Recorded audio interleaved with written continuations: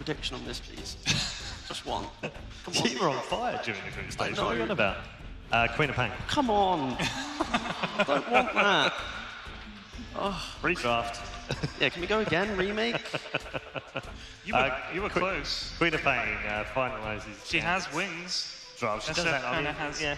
demonic stuff. Yeah. Yeah, we'll go with that. There's a guy who should have been here last year. Boo.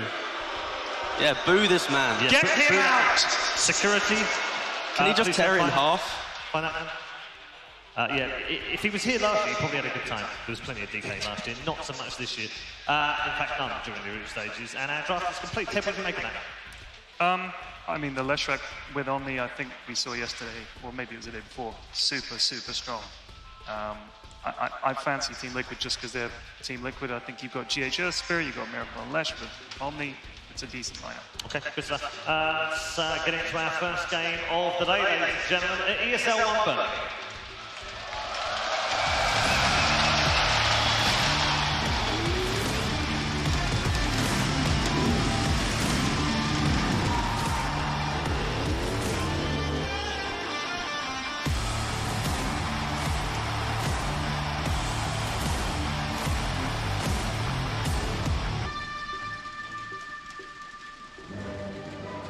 Ladies and gentlemen, welcome to your opening match here at ESL 1 Birmingham. I am loving seeing all of these lovely smiling faces already filling out the venue. I have to say, Blitz, whenever people ask me about events and stuff, I always say this is one of the ones that people gotta go to because it's so hype. And what a better way to open up this entire tournament here with Gambit facing up against Liquid in an elimination match, and a very clear underdog team in Gambit facing up against the TI7 champs. Blitz, what are your thoughts? I think these are two very aggressive teams. You have Gambit, who just sort of all in, 30-minute, they're going to run at you, fight nonstop. You have a Liquid team that is more than willing to oblige those 4v5 fights while Miracle just farms it up. It's going to be a very interesting style because for Gambit, it's very clear cut. Try to win those 4v5s, take as much of the map as possible, as quick as you can. And for Liquid, it's about holding on, delaying things a little bit. Well, apparently we're going to be starting what should be a very aggressive match in a very passive way. Short pause to start things off, and I'm sure the players will entertain themselves with their chat wheels, as they always do. What do you think about the draft, though? We had a little bit of twists and turns. Gambit, like a full aggressive lineup. They have the lone druid, but all the 4 other heroes there, hyper aggressive, you know, just want to be able to fight as much as possible in the first 25 minutes. Meanwhile, Liquid, I would say the little twist that they took was that Omni Knight pick. Yeah, we saw a similar-ish lineup that I think it was EG ran against Gambit, actually. Yeah. Or it was, no, it was EG versus Secret. That's what it was. I do remember it was a game where Sumail was Leshrac and Esport was Omni, and they just sort of ran non-stop at them. That was the one where they also had a Chen, though, and they did the Chen teleport onto the Lesh to bring the fight back around. Thanks, Matu. And this time around, we're not going to have that same kind of mobility, but instead we're going to replace it with this Crystal Maiden, which we were talking about it, how this Crystal Maiden was being picked up early by like OG. They didn't really have the same kind of success with it. Liquid adopted it towards the end of the group stage against OG. What do you think about the hero? Is it coming back?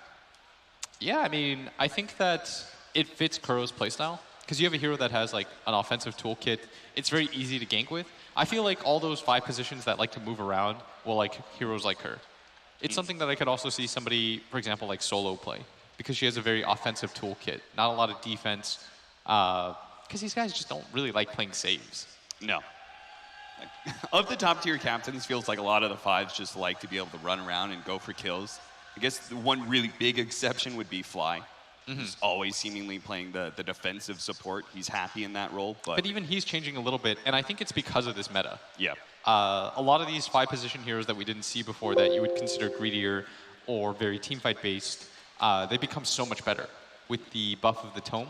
That's why I think, for example, we saw a lot of AA in the group stage, because AA for me feels like an anti-carry and one of the best at that. The only downside of him is that usually by the time you hit level 6, it's like 13, 14 minutes in, and the hero just doesn't feel very good at that point. Yeah. And it's funny you say that because what a change it is for Crystal Maiden over like several patches now. It used to be that the ultimate was kind of viewed as like something you're not even sure if you're going to get it at level 6. How useful is it really going to be? But now with the extra armor that you're getting out of it, it actually becomes like this really neat team fight / survivability tool. And you pop BKB and you're pretty much invincible. Yeah, and that is another thing, right? Is these 5 positions are getting greedier in their items. Wards costing less, I suppose, helps a bit. Wards cost less. You now, as a 5, always get a tome. And for CM, I think the level 15 is so good, the 150 GPM. And it makes you just able to scale. Like, we see Secret experiment with it, but Yapzor actually plays it most of the time as the 4-position CM. I suppose that's probably going to be an important thing going into the future, is that, like, both your 4 and 5, like, the GPM talents are always going to be hyper value if you have the experience available from all these tomes. Our first bounty runes are going to break out here, and it looks like Gambit thought about going for it. An Earth Spirit Troll, though, that is a lot of slowed, a lot of potential damage, so we're just going to split it up 2 for 2 here. The lanes, as they break down, looks like we're swapping things up. And Sand King is headed up to the top lane. What lanes do Gambit want here? I think you ideally want your Lone Druid tri-lane to probably be against the Omni. Okay. I think, and to have your Sand King versus the Troll.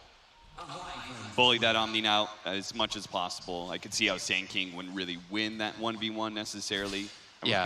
We kept on saying, like, oh, Sand King should be fine in this Mars matchup or this other matchup, and he just never was. And we actually have Miracle playing the Leshrac. Oftentimes we see the Troll being played by Matuma Man instead, as Miracle off to a pretty good start, it looks like. Chasing away Immersion. Flies over to the trees. So GH is going to be playing in the safe lane to start things off, just trying to zone everybody back, get that Troll that nice little lead where he gets level 2, level 3. Fortunately, Afterlife made the smart read here, tries to go behind the creep wave and pull it out. Unfortunately, that Sandstorm makes it so the creeps do kind of de-aggro. Hopefully, for Gambit's sake, though, the creep wave should just kind of return. It'll push in. They'll finally find their experience. Mind Control's having similar troubles here in the off lane against the Bane Lone Druid. Don't really have the best kill opportunities, but they can run at you nonstop and just constantly harass you. I think the reason why you take the Queen of Pain and this kind of lineup is because you have 2 supports that without their ultis, I think it's really hard for them to make plays. They're very static in a way. They're very good for this particular game because of the Troll interaction. Like, you have 2 different ways to stop Troll with your ultis, and then you've got Cold Embrace Cold as Embrace. well. Yeah. I think it's a very good Wyvern game, but it does mean that the rest of your lineup, I think, has to be sped up. Because you just can't match the tempo of heroes like Crystal Maiden plus Earth Spirit otherwise. Like, they're just going to run at you and take fights nonstop, especially with Lesh as a core. Like, Lesh is, 2 really cheap items run at you. Yeah. I mean, if you take the cores entirely out of the equation, like Winter Wyvern, Bane, that is not a 4-5 duo that can do anything. Meanwhile, you've got Crystal Maiden plus Earth Spirit running around. Is the chat also trying to... Yes. We heard it at MDL, and I had no doubt whatsoever that we're going to be here at Birmingham with one of the most active crowds that I've ever been a part of in esports. Oh, I might be biased, but I think it's my favorite crowd. Because it reminds me of like an actual sporting event. Yeah. In a way. The chance. Double damage rune for FNG. Mind Control just level 2 here. I think you're going to have a very passive laning phase overall until maybe the Earth Spirit, once he has like levels of silence, he can come into mid and actually get a kill on AFO. But I think it's unlikely to get a kill otherwise. Yeah. Like, Bane, it's very obvious when Bane moves out of his bottom lane, which is why Miracle played so far back. Like, they don't have very fast heroes is the problem on the side of Gambit. Plus, I don't think Sand King plus Wyvern should be getting any kills. So if anybody's going to get first blood, I feel like it should be Liquid, but I think the mid-game timing should go in favor of Gambit. Or that's the way they want it to go anyways. Like, they have a much more active offlaner. Yeah. So, can you give me some theories on why we're seeing Matuma Man here on the Troll? Is it a playstyle thing? Do they want this Troll to be more active than before? Do they feel like Miracle is going to do better in the 1v1 mid matchup? And I think so. I would have normally said for the most part, Miracle plays the splitty heroes, or the ones that cut waves, have very fast creep clearing abilities. Yep. Roll in, follow up, split Earth, not gonna land. AFO actually managed to blink away before that happens. Meanwhile, Immersion Does manage to get off that slow onto Matumba Man, so should be okay unless Matumba Man thinks he can get that last range action, and he does. He reads it perfectly. You see what he did? Flips the Winter Wyvern. Yeah, he went melee for him, right? Yeah, he went melee so that he could have that extra move speed and just barely gets in range of it. Otherwise, I mean, he clips him at the very end there. Yeah. And we did see the gank attempt from the Earth Spirit like predicted.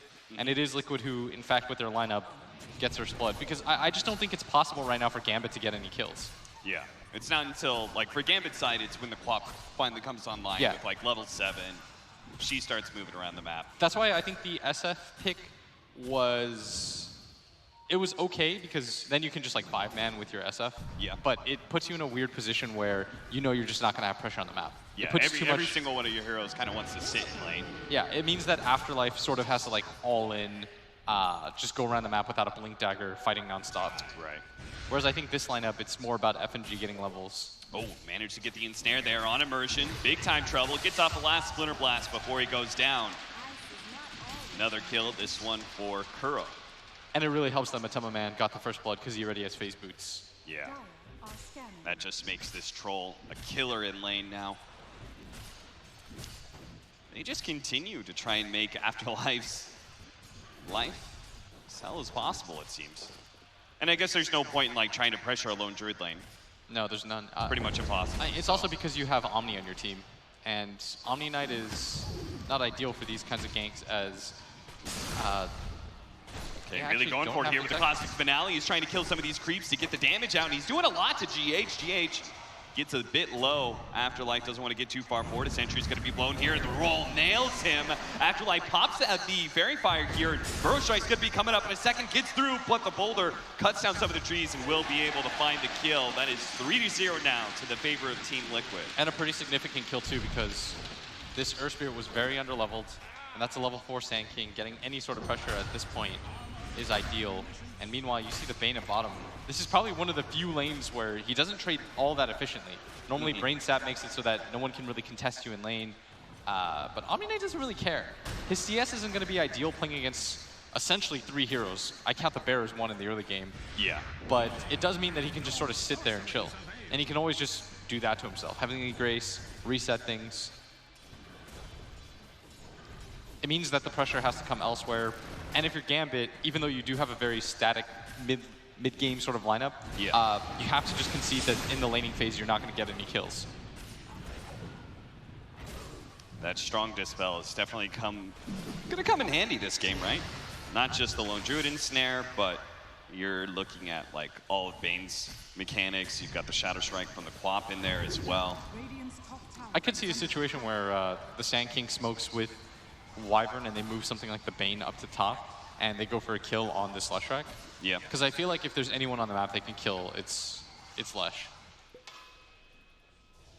Miracle is currently spending his time That's why in between jungle and lane. He went the build that he did. Bracer, Wand, and then he still has his Fairy Fire. It's so he just protects himself from all that burst. Yeah, very stat heavy.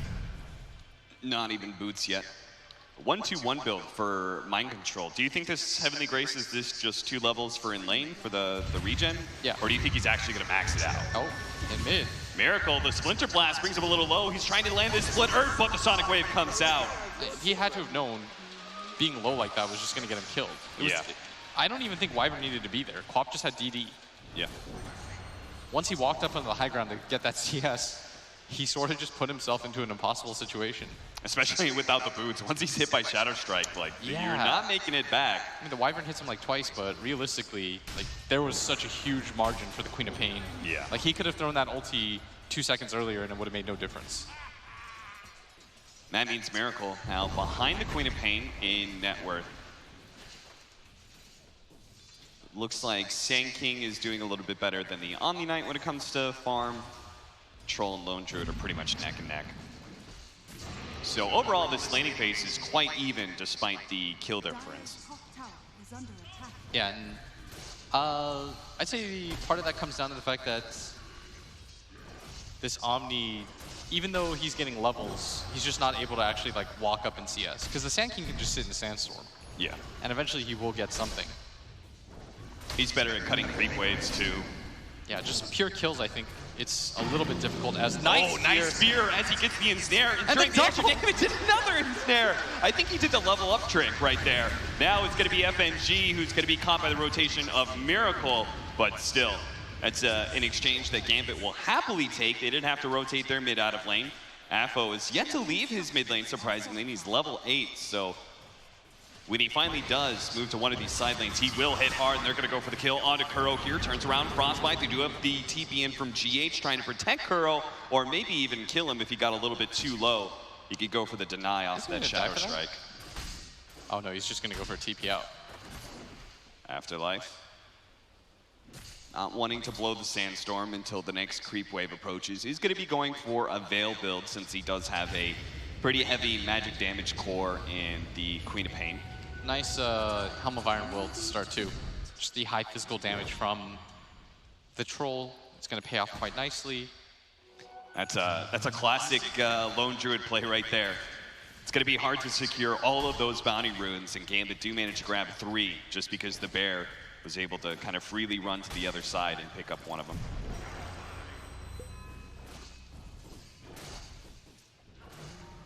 You know what's interesting though about both lineups is they're both very scrappy sort of lineups. Not like full team fight, but like the smaller engagements. Yeah, they're gonna hit and run a lot. Yeah. Like if you're Liquid because you have an Omni Knight, you want to make the fights as long as possible where your Omni's just spamming out heals. You're sitting behind your troll, he pops his ulti, you're able to reset in and out very often. Whereas it's sort of the same with Gambit and their Lone Druid going Radiance. It's bottom lane. Long Fiend's Grip here onto the Omni Knight, the Fear afterwards, but he does have the Purification level 3 now. Sleep immediately afterwards. They're going to just try and dive him underneath the tower here. And Liquid is not TPing because they're going to play onto mid right now, and they will be able to get... oh, it's actually Kuro who dies there. Mind Control managed to get away at bottom. Looks like a Liquid dive into the mid lane, fails to kill the Queen of Pain, and actually gets Kuro killed instead. Yeah, and you said that bottom lane. You used up your root luck. Yeah, they really did.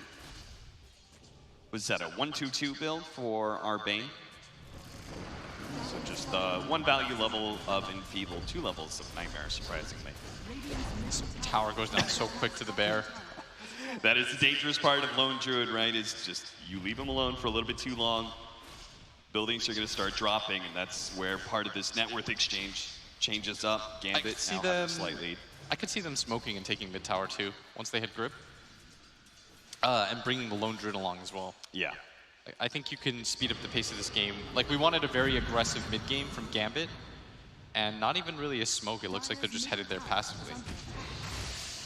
I do think you should try to go all in and just take out as many outer towers as you can before the 20-minute mark. Then you'll open yourself up to opportunities like the Roshan. And what you want to do is you want to hem Liquid in. You want to make it very hard for this Leshrac to just farm out this side, for the troll to just farm out Ancients. Like, you have to start making the map smaller and smaller. Okay, so your movement I've seen a lot, which is the safe laner smokes up and just runs straight to mid. Why are we doing that as opposed to what we used to do, which is the safe laner TPs up to the off lane, we just run at the safe lane tower, and then at some point you use that movement to wrap into mid? Because I think it's different once you take your own safe lane tower. Like, I think once you take your own safe lane tower, you sort of just like artificially sped up the game as they're actually making their move onto top as... With the Epicenter and Fiend's Grip, they're going to try and chain stun him, and it'll be pretty easy too. Matamba Man falls here in top. Gambit doing quite nicely for themselves as we start leaving this laning phase, and yeah, now that they have start coming up. Now that they have ultis on their supports, they can make plays. Before that point, it was really difficult because you don't actually have like a stun on any of your supports. Yeah. But now that you have Fiend's Grip, I mean, he's making very good use of it. This mid lane, both supports from Liquid are here because I think they're anticipating the movement because the Lone Druid's gone missing for so long as Mind Control going to take some damage. This is level 4 Sandstorm. He's got to be careful as Miracle try to come in. Mind Control going to purge that off. The haste is going to be popped by Miracle, and they're going to split targets here. Afterlife is going to be able to burrow strike into the trees. He's going to be okay, but the hasted Miracle will easily run down FNG underneath this tower. In fact, he's going to get a lot of damage onto that tower, but speaking of pushing towers, the Hawk is already here in the mid lane. Oh, they're going to make the move. Roll in, follow up. No silence, actually. A little bit surprising there. I thought, GH, you should have silenced, right? I'm not sure if they really would have killed the Queen of Pain, but she would have stood underneath that freezing field a bit longer at least. Yeah, you notice though, people are taking the enemy safe lane towers now too. Just because I think it's one of those unexpected plays more than anything. Like you saw both supports from both teams for a while just hanging around mid, because I think that's what you anticipate. But eventually, Dahak did come out of the jungle. So they're gonna make another move, potentially on the top. Afterlife does have a Burrow strike up, managed to get into the trees, really nicely done on the edges there. He is currently under the sentry, doesn't know it though. Now he does, is he knows he's still being chased out as a Yule Scepter completed, and this mid tower is being taken by Dahak, and this is my favorite part about having Lone Druid on your team. You can do that, and it's not a heavy commitment. Yeah. You can just send your Baron, you can create space for your team, and now I anticipate him making the movement towards top. Playing for the Bounty Runes, Team Liquid with the Winter's Curse won't be able to chase down FNG right away. FNG actually got that Bounty Rune too, so that was really well done for Gambit. You say you bring up the Lone Druid, you always talk about how Team Liquid prioritized the mid tower, both defending and trying to take the opponents. They didn't do that pretty much at all there with the Lone Druid plays. It's just because it's too tough. Yeah, I don't think you can fight 5-on-5 right now. Like you can take 4-on-5s as at top. Nice Look at this grip again. Setup. Miracle's just entirely separated from his team here, not expecting the setup there. Do they even have vision up here? No. Liquid is playing blind, and yet Miracle, I mean, he has to know that this is the next tower being taken. Yeah, they just went 1-2. You're expecting that third tower is going to be falling soon. And now GH has shown up by himself. I'm not sure what sort of soft defending of this tower they're trying to do right now, but it's just costing them more and more heroes. Somebody get in front of that. Okay. Well, GH gets away scot-free, apparently. They are going to lose the tower. They did lose Miracle for it. They're not getting any sort of trades around the map. None of the tier 1 towers taken by Liquid. And normally what you'd see is Miracle go down towards that bottom lane, take that tier 1 tower. Gambit would be happy to trade that, I think. They'd just say, okay, you take ours, we'll mirror the movement on the map. And instead it's Liquid. You know, the map's going to get smaller and smaller like this, especially if Gambit can smoke up and get a ward onto your triangle high ground. Yeah. Then it becomes really hard for you to farm, because now this left side jungle area is going to get double warded, and they can make any sort of movement that they want up into. So now it's just about getting at least one ward right side of the jungle, and then it just becomes impossible for Liquid to do anything without heads up taking fights. You know, I just realized is that Gambit's lineup probably has arguably the best tier 1 tower taker in the game, the Lone Druid. You talked about how little commitment you have to do, how quickly it goes down. Yeah. And then one of the best tier 1 tower defenders, in fact, any tower defender right now, is Sand King, who just kind of sits in front of one of them in Sandstorms. Yeah, You're right, Liquid take that safe lane tower, and Gambit are happy to Gambit oblige. was going to give it to them. Yeah. Which is why I was confused that Miracle was up at top without vision.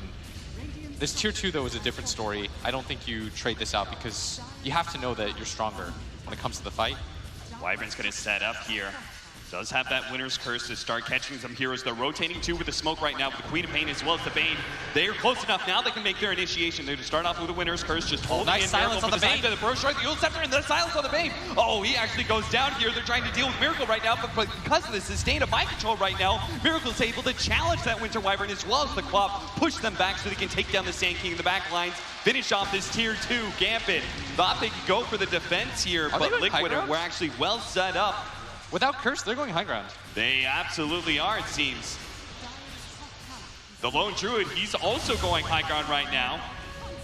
I mean, he's not committing his bear, though, and I'd imagine Liquid goes back. See if they can finish up this tier 3 first. A tier 3 before the 20-minute marker, that's a huge win. This is like the most Liquid thing I've ever seen. Is there going to be any TP onto the shrine? Are they going to try and cut off these heroes at all? Nobody's going to get caught, it seems. He saw the scream, but Miracle was really quick, and it's the support movement from Liquid. It's being able to catch the Bane while he's coming in over the top. They never ran down the hill because they knew somebody had to be coming down. They didn't panic when Miracle got Winter's Curse. They had to assume, oh, they'll be coming from the shrine area, if anything. They won't just TP one after another on that tier 2. If they make a different sort of movement and they go down onto the low ground to help out, then I think the fight is very easy for Gambit. You sleep one target, you grip the other. Frostbite doesn't cancel channeling anymore, so as long as you make sure that you catch the Earth Spirit with the sleep, you'll get a free Fiend's Grip on any other target. which is, I think, the assumption that Gambit had, but still up 1K despite the tier 3 tower differential. But that was a very costly error. Yeah, and that tier 3 going down means that Shrines are eventually going to die, which just means more gold for Team Liquid, eventually that net worth is going to go into the favor of the TI7 champs. I really like Gambit's movement until that point. Yeah. It was one of those plays that was just a little sloppy. If you were grouped up as 5, you're not going to lose that engagement, at least not as clearly as that. They wanted a little bit too much. They wanted to be able to take the top tier 2 while also defending. I think you just hard defend that and say that you'll trade as Matama Man and Miracle in the tree line. Now they're taking towers. It's one of the beautiful things about Leshrac. He doesn't really need to hit the tower with any of his auto attacks. He just sits there in the trees. Oh, Epicenter coming out. He's going to go for the kill into Kuro. Will be able to get him with a Bro Strike. Roll away immediately by GH. He just noped out of there. I mean, a heavy commitment for a 5 position, that's not a big deal. Yeah. All you're really getting out of that is gold on AFO. It's bounty runes. Liquid, another team that doesn't really seem to heavily prioritize them. A la Keen. Yeah. I think they've also got, like, between the Lone Druid and the way he could just pick up ones with Bear, and then on top of that, I think Sand King's probably one of the better heroes to defend or attack bounty rune positions. Yeah, early BKB, by the way, by Matama Man, correctly realizing it's almost all magic damage. Yeah, they almost have the pipe complete for the Omni Knight as well, so that is back-to-back big team fight items for Team Liquid. The pipe negates most of the damage that you'll take from both the Radiance and the Sand King ulti, which is why I think he decided to go for the Veil. Yeah, that's long been the problem with Epicenter, right? It's just one pipe, and it feels like it cuts everything out. Lone Druid Radiance is, okay, sidestep there from FNG, still gonna cost him his life here. And now they're starting to take control of this top area. They're gonna TP back, reset things a little bit for themselves, but with that bottom push, Liquid feeling very comfortable to take fights with the BKB that they have on the Troll too. Look at this triangle of vision that Team Liquid has inside that Radiant jungle. They know exactly where every single member of Gambit is right now. We'll see whether or not they want to try and fight over there.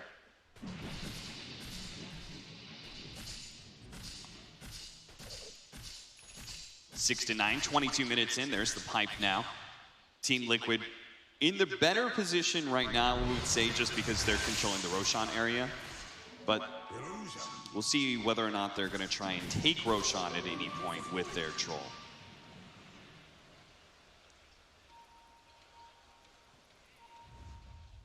So we're going to have a smoke up from Gambit now. The Queen of Pain.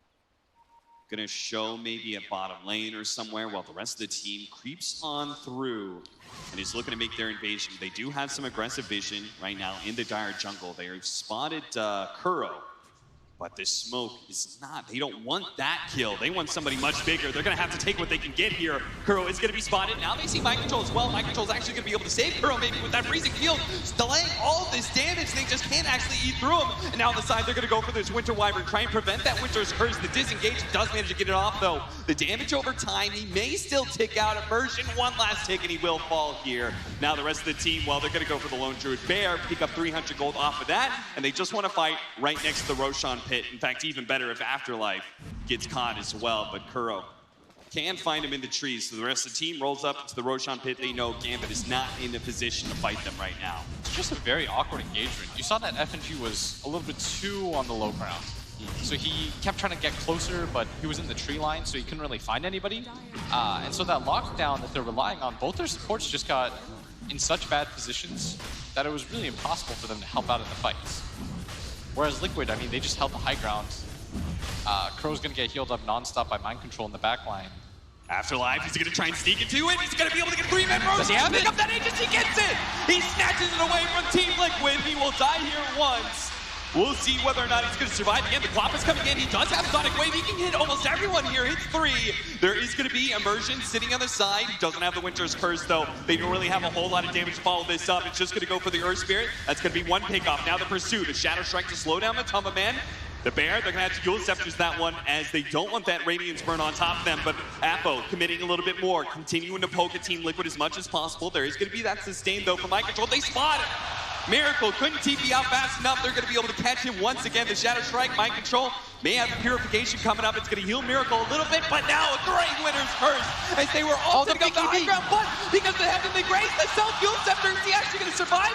Apo, he just needs to be able to spot it for a moment. The Shadow Strike doesn't actually land off the Orchid out. One last swing and he gets them. Apo's fully committed though. Kuro, he's trying to get away from Mind Control. Has nothing offensively he can do against that Queen of Pain, so he's got to just get out on top of it though. They can't afford to lose their carry as well as their mid. Kuro's going to die to Apo here. What a huge turnaround from Gambit. That all comes off the back of Afterlife, snatching up that Aegis. That was such a big move by him. The timing couldn't have been more perfect. He read that, he goes in, he makes the decisive play. He says, guys, we need to do something. We need to correct this game. He goes to the big play, rewards himself with kill after kill. They get 4 kills off of that, snatch the Aegis. Apo played that beautifully as well. The way he never hard committed. Yes. Right, the Sonic Wave, the pokes with the Shadow Strike, just waiting until they were finally low enough to commit, just like they're doing now in the Omni Knight. Mind Control, controlled Purification. Will be able to get back to the tier 4s. Don't overcommit here, especially with the TPs coming in. They've got the silence on Apo. Yule Scepter into the split Earth stun. They are going to be able to land. Oh, Yule Scepter, self-Yule Scepter. Can he still blink away? He will be okay. There was no jump there from Kuro to be able to grab him with a Frostbite. Apo, though, is still slowed down. Matuma couldn't get an ensnare of his own. Apo has to hide in the trees, trying to TP out, but Matuma going to be able to find him. Brings him down. That's a mega kill streak as well that he just got. A little bit too hard of a commitment there, but still. We're going to see that fight again around that Roshan pit. Such a beautiful burrow strike on 3. And then they're at that point, they're like, we kind of have to kill him again. And you see Apo Apo sets up with a 3-man Sonic Wave. And he was so patient. He just kind of pinged them a little bit. He got a little bit close to Liquid, thought about staying for half a second. Then the Bear comes in and they chase him down one after another. He reads the movement of Miracle beautifully. It's GH looking for it. The rest of his team coming to connect. No burrow strike for 7. He's going to find him in the trees almost immediately after like 3 more seconds. He does have a Sandstorm. They're going to drop a Sentry here, but they don't get to the corner where the Sand King is. You know, it's funny, it's a shame really that we commend Apo for his patience and then we immediately see Gambit overcommit to a kill on Mind Control that actually loses them so much momentum. I think part of it is because they understand the nature of their lineup.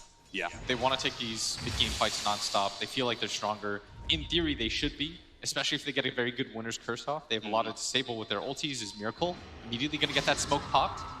Tahak going to send the Bear in. Heavenly Grace is laid out. FNG gets the sleep. It's a good start here. Miracle just making a play for the tier 2. But They the rest of see them Gambit split can definitely commit for this troll unless the silence can actually stop it. In from GH, that caused a lot of disruption. The BKB activated from Matuma Man, trying to go for the Sand King, locks him down. On the side, GH committing for that lone Druid, but gets himself stuck up on the cliff for now. Now rolls down, trying to catch Apo. Apo stuck inside the trees right now, going for the blink. Down to the low ground, gets away from that splitter just in time. Tahak and FNG thinking about going back in, especially with Afterlife committing his buyback here. They don't just want GH, they wanted more off of that.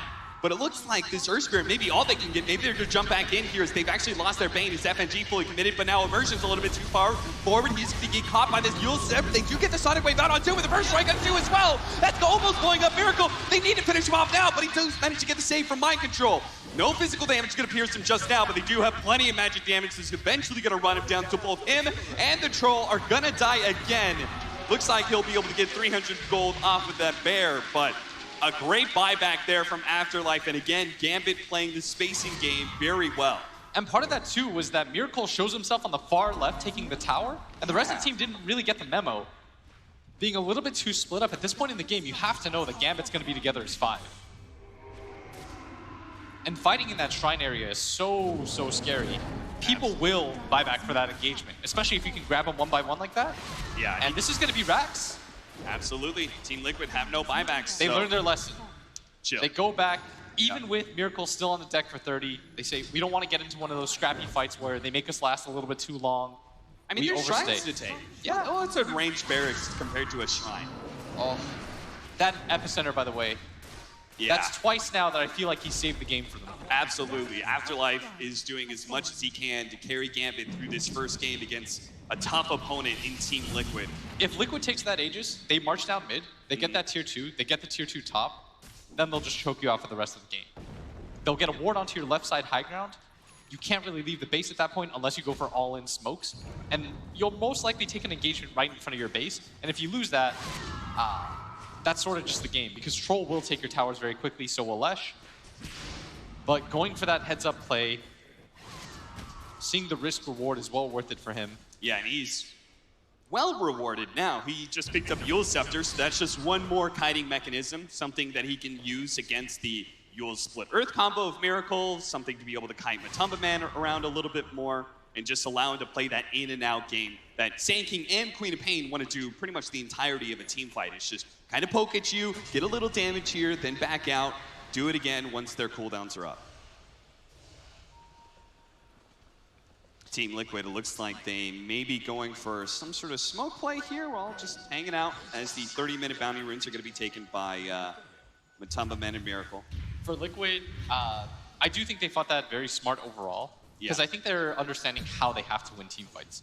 You sort of just leave the Queen of Pain alone because it's just a little bit too hard to kill her at this point. So the easier thing to do is get rid of the control on the side of Gambit. Ignore the Lone Druid, ignore the Queen of Pain. Get rid of the Bane as fast as possible because he's so easy to kill at this point. Get rid of the Sand King. He represents all their back and forth stun. Does manage to roll away before that smoke can actually connect. FNG telling his team to back up. Both teams, very clear ideas how to win the team fights. 4,000 net worth lead for Gambit. They got the melee barracks at mid as well. Look at that, another Yule Scepter being queued up for Immersion, who already has Blink Ether Lens. So this is a team fight monster. Anybody's next to that troll, they get caught by the Winner's Curse, they're dead.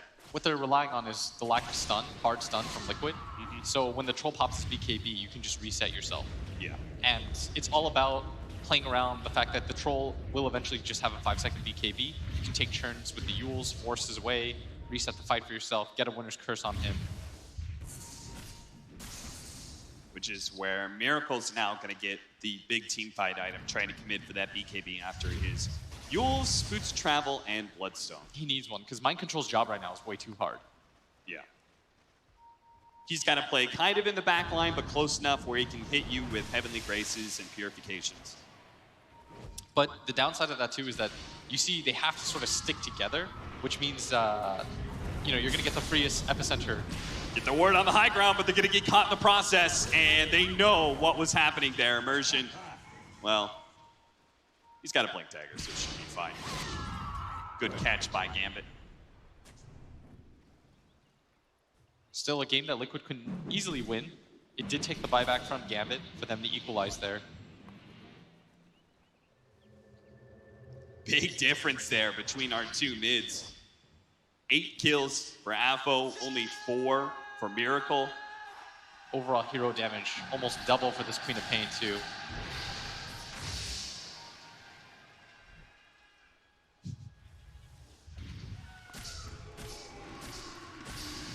Gonna chill it out right now, I guess, for Team Liquid. Are they happy with that? They're okay with just pushing this game later and later, right? Because they do have the troll. Yeah, I think so. Gambit, meanwhile, if they find a pick off naturally, take it, and they may have just found one.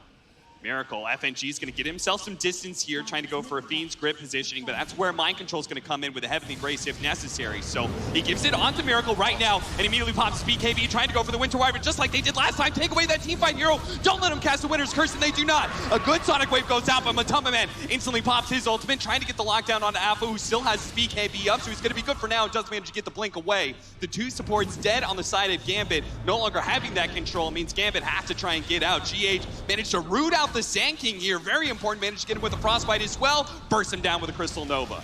That was such a weird half commitment from the side of Gambit. Yeah. It was like, once your supports are that far in, it's do or die at that point for them. They're not getting out of that. And Team Liquid didn't really show any weakness in that setup. The way Mind Control positioned himself like so far up there, where he could have saved Miracle at any time. Once again, it's about letting GH get on top of the supports. And ignore the cores on the side of Gambit. You're not killing them for now, and that's perfectly okay. You're getting rid of the control factor on the side of Gambit. They have no follow-up. You're going to win the fight that way. Well, you said Mind Control's job needs to get easier. The BKB on Miracle helps. Now he's got a Blink Dagger, so his positioning can be a lot better in these fights. He won't get caught. The roll in from GH just to make sure that Afterlife couldn't grab a second Aegis away from Team Liquid. Again, as this game progresses in this direction, and as time goes on, Liquid is going to feel, I think, better and better. It's going to get harder to burst down these heroes. You know, it's funny, Gambit made one of like the bigger no-nos of like they were controlling the map, they kind of had the positioning there, and they took a team fight with Roshan coming up. You know, that just means that losing team fight, Team Liquid freely take that Aegis. And now it's going to be Liquid who have the control. When they went for the sleep on Miracle, I think Gambit was anticipating everybody to come. Yeah. That was, I believe, their idea. Like, oh, everyone will show up, then it'll be really easy for FNG to make his decision, and all of a sudden your Sand King has a very free ulti. But everyone just hid in that tree line the entire time. Yeah, they didn't They want were to so show patient about it. themselves. So they were like, go ahead, grip him. You know that the Earth Spirit roll's coming. Yeah. And once FNG kind of hemmed and hawed, he was like, I think maybe Gambit expected like to see heroes of Team Liquid running out of their base. Yeah. Kind of, you know, just like, oh, we gotta save Miracle, go. But they're actually hidden up in that tree area that they're just like, they're gonna show up. We're gonna jump on that back line. that was so And they smart of just them. never saw it. Because there's no other reason FNG makes that play. Yeah. You saw him like run forward, and then he sort of considered it, and he's like, is this a trap? Yeah. And I think at some point he did realize, like, oh, I actually need to get out of here. This is not the fight for me. Big item pickup, the Satanic now for the Troll. We do almost have a Shivas for the Queen of Pain, which will significantly help her out against the physical damage. But look at this, Liquid's just making the fast play here in the bottom. Seeing if they can get Gambit while they're out of position. And they've already taken that range barracks. The Hawk is finally here with his bear, but the melee barracks is in half with the double siege wagons banging on it. This is not something Gambit can defend so easily. They are going to pop the glyph here, buy themselves a moment. Ping right now on the catapults. Apo's telling his team, don't just let this down for free as they get the stun. Trying to poke him on top of man as best they can. He does have a cheese as well as they Satanic, so he's not so easy to bring down. They just poke and back up. Using that magic immunity, they're going to lose a bear here. They do manage to get a Fiend's Grip on a GH who brought his fresh BKB, but doesn't help him against that all that physical damage and that hold.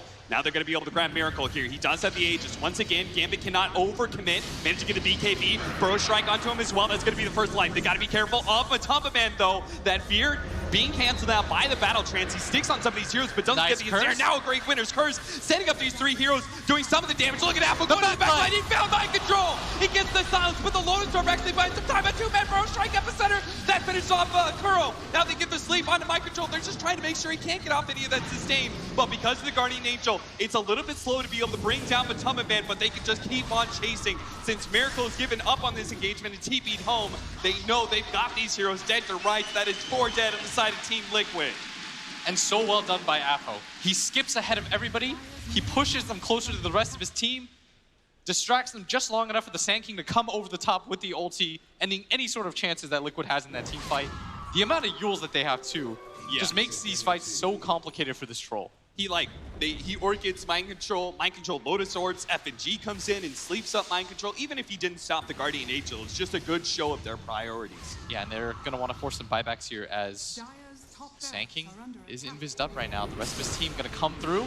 Nice little pick off on GH. He does have the BKB though, so without the Fiend's Grip, he will be able to roll away to the safety of his fountain. Now Miracle trying to take advantage of the fact that Gambit jumped a little far forwards here, and will be able to protect their top lane of barracks there, just because the bear should be on cooldown for a while. They know they killed at bottom. That'll end the push for now. What a back and forth game. 19 to 18, very even net worth, and I would guess pretty even win probability as well. Yeah, very slightly in favor of Gambit. And who would have thought? And Liquid, fresh off their second place at the major, very dominant team. They have yet to win an ESL.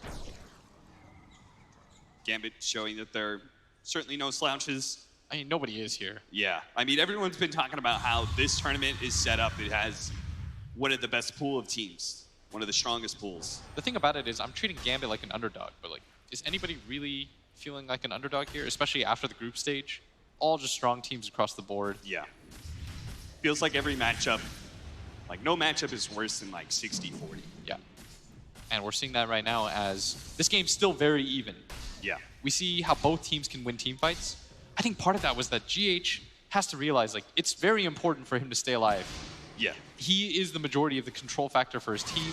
When he commits hard, you saw that FNG just pops the Fiend's Grip in him, and it wins them the fight.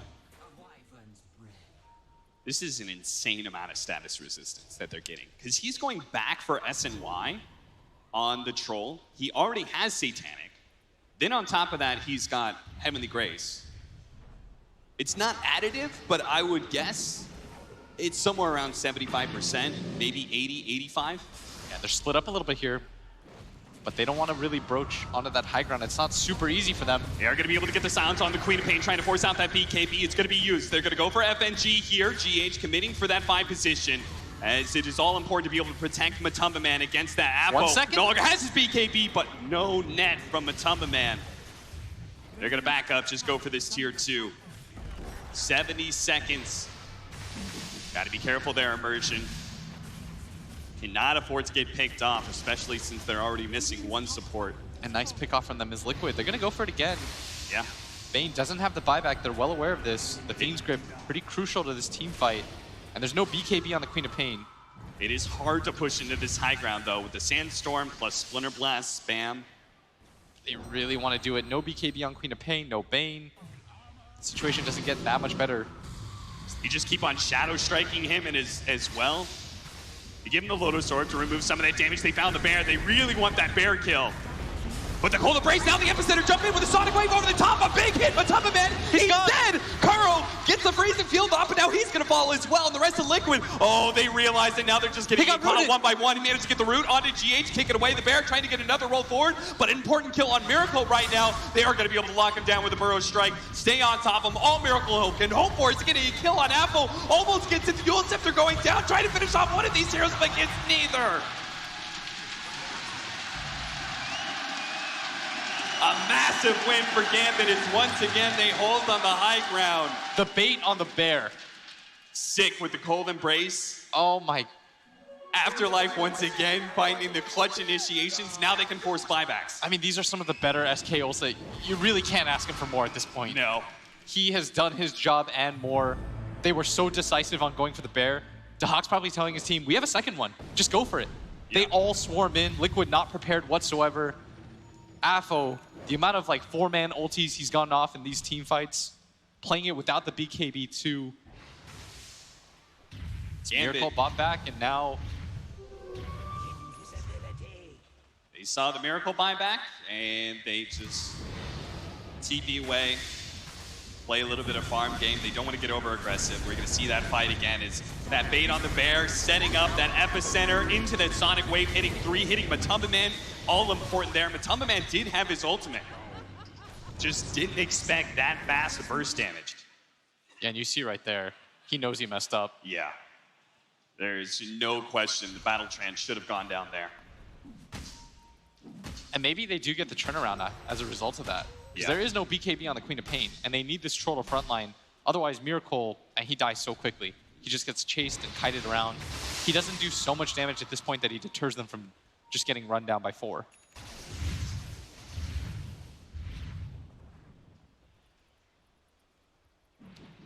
$5,000 net worth lead for Gambit, but we're just pretty much playing for Roshan at this point. Yes, the game is still incredibly even as Rosh number 3. Which one is it? Yeah, we're going to see the Aghanim Scepter or the... Oh, that's huge on a lot of heroes. Yeah. Queen of Pain and Sand King are my first go-tos. I think Quad might be my number 1. Yeah, the Sonic Wave has been so massive. And then for Liquid, I mean, Guardian Angel Global is pretty sick. Yeah, that's pretty sick. There's an obvious Leshrac upgrade there. Give it to the troll. I saw some guy post saying he lost the game because of it. Oh, because you don't get the self-cleanse? Yeah, you pop it on Dahak and he just runs at you with his real hero. Gambit gonna go for the smoke up. Any pick off at this point? could be enough for them to be able to take a Roshan, or at least is going to be enough to force another buyback out of Liquid. I think this game is still very 50-50. If Liquid wins this fight and takes Roche and the cheese, then I think the game once again swings in their favor. And Gambit is well aware of that. You can kind of, like, you can half commit with the bear, right? You could just kind of let Lone Druid see if he can solo take Roshan or something. The problem is your positioning is just going to be a little bit odd as FNG. He Coming from behind the long-range Fiend's Grip onto GH, a great pickoff. That's probably going to be an immediate buyback from him because he knows, but that's also the gem that he drops. So that's a lot worse than I thought. He immediately buys back because they're not just going to give up this Roshan for free. Yeah, they know that the only thing that matters at this point is this Roche. Everything else is semi-irrelevant as Afo hiding in the pit, Miracle. His smoke's going to break. He knows that somebody is in there. Afo pinging for the high ground right now. Afterlife continues to hide. Shiva's, they found GH the second time. He does manage to get out the BKB. The Sonic Wave doesn't finish him off. He does manage to get away. Is Afo going to pursue with the blink? He's going to get him, and one big crit comes out. Afo gets that kill. Matamba Man being kited around right now. Managed to get a BKB before the Bro Strike. Afterlife's in trouble, but he managed to get a 4-staff away. Matamba Man wants to be able to lock down one of these heroes. He's been struggling for so long now, gets slept up. The Bear is dealing with him as well. And soon there's going to be Afo to slow him down with the Shadow Strike. Sees him for a moment. Yule Scepter going out. They're just trying to get a little bit of distance, slow him down with the Shivas, but he's a bit too fast. So they back up, going for that Roshan. That Roche pit with 50 seconds on the clock for GH. I'm not sure if Team Liquid can contest anymore. And GH with the BKB, thought he was perfectly fine playing on that side of the map. Liquid. Very nice BKB though from Matamba Man. Yeah. It definitely saved his life. Yes. If he got hit by the Bro Strike, he was dead as well. And that might have just been the game for And Team Afterlife Liquid. was waiting for so long on that too. Yeah. But it doesn't matter as Gambit is going to take this all-important Roche. So we are going to give the, we're going to give the Aghanim Scepter to the Sand King. So we're going to get that very long Burrow Strike. I'm okay with that. Yeah. The reset on the fight. I mean, again, it just plays into what they've been sort of doing, these in and out. The longer your Burrow Strike is, the better an escape mechanism as well as an initiation tool it is. Look at that, a blink sight device. That is for so immersion. much That is massive. That is a soft 6 slot. Who is this Winter Wyvern? He's almost even with the Sand King in net worth and way ahead of Mind Control's Omni Knight. And with the buyback from GH, look at his net worth just absolutely plummet. Gambit, as long as they don't make any silly moves at this point, they've got full control of the game and they're going to be able to set the pace and go for another high ground push against Team Liquid.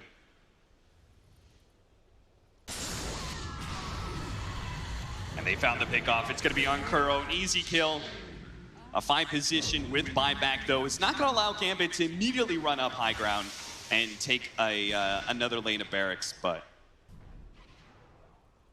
I mean, with the Fear Talent on the Queen of Pain, that just adds so much control to their team. Yeah. And he got there relatively quickly. You see Matamba Man himself, not even 25, and Afo's had it for quite some time as Gambit. They're going to poke here, see what they can force. See if they can force that buyback out. They do really need that buy, because they need the Lotus Orb on him. Afo taking a bit of damage here. Miracle with the Yule Scepter is going to be Burrow struck up. Fiend's Grip as well. They do manage to get the Divine Grace, and now they're going to push forward with Matamba Man, trying to get the Afo. Once again, they will be able to take that first life. They do have the Winner's Curse. It pulls in the Troll, and he starts laying some damage into GH. Now the Burrow Strike follow-up. GH does manage to get up to BKB. Miracle in the back line. His BKB is activated. Fortunately, Afo survives just a little bit longer, but now his BKB is down. He's been ensnared up. Self-fueled. Cold Embrace as well. They have him inside of the freezing field, though. He's taking so much bad damage. He finally dies. Gambit tried to save their Queen of Pain, but now they've got to just get out at this point. It's Mind Control. He sees the opportunity, but Epicenter coming in with the Burrow Strike, takes out the back line. The Sandstorm is almost enough to finish off Mind Control as well. Miracle on a sliver of HP. The Queen of Pain comes Afo. He knows he can finish off at least one of these heroes with the Bloodthorn onto this troll, but he's healing too much. He's healing too much. They have to stop him. The status resistance allows that they can't actually stun him. The Yule Scepter throwing him in the air gives him a little bit of time. Just need to kite Matamba Man. Don't let the Hawk die here. Again, the fear goes out. There's going to be a Glimmer Cape. They're doing so good at just kiting Matamba Man around and around and around. Mind Control. He tries to come forward to be able to save Matamba Man a little bit more time. Afterlife and Immersion just on a sliver of HP. Mind Control does go down. He buys back almost immediately. Matamba Man, Burrow struck up. Finally, he goes down. He buys back. It's only him and Mind Control. The duo against the 5 of Gambit. What a kite job from Gambit. Nobody going down there. Slept up. Apple thought he was actually going to TP away. They're scared of this duo. They feel they actually can't take it, especially with GH coming back. And another great winner's curse. Immersion just keeps lining up, and it's enough to kill Mind Control.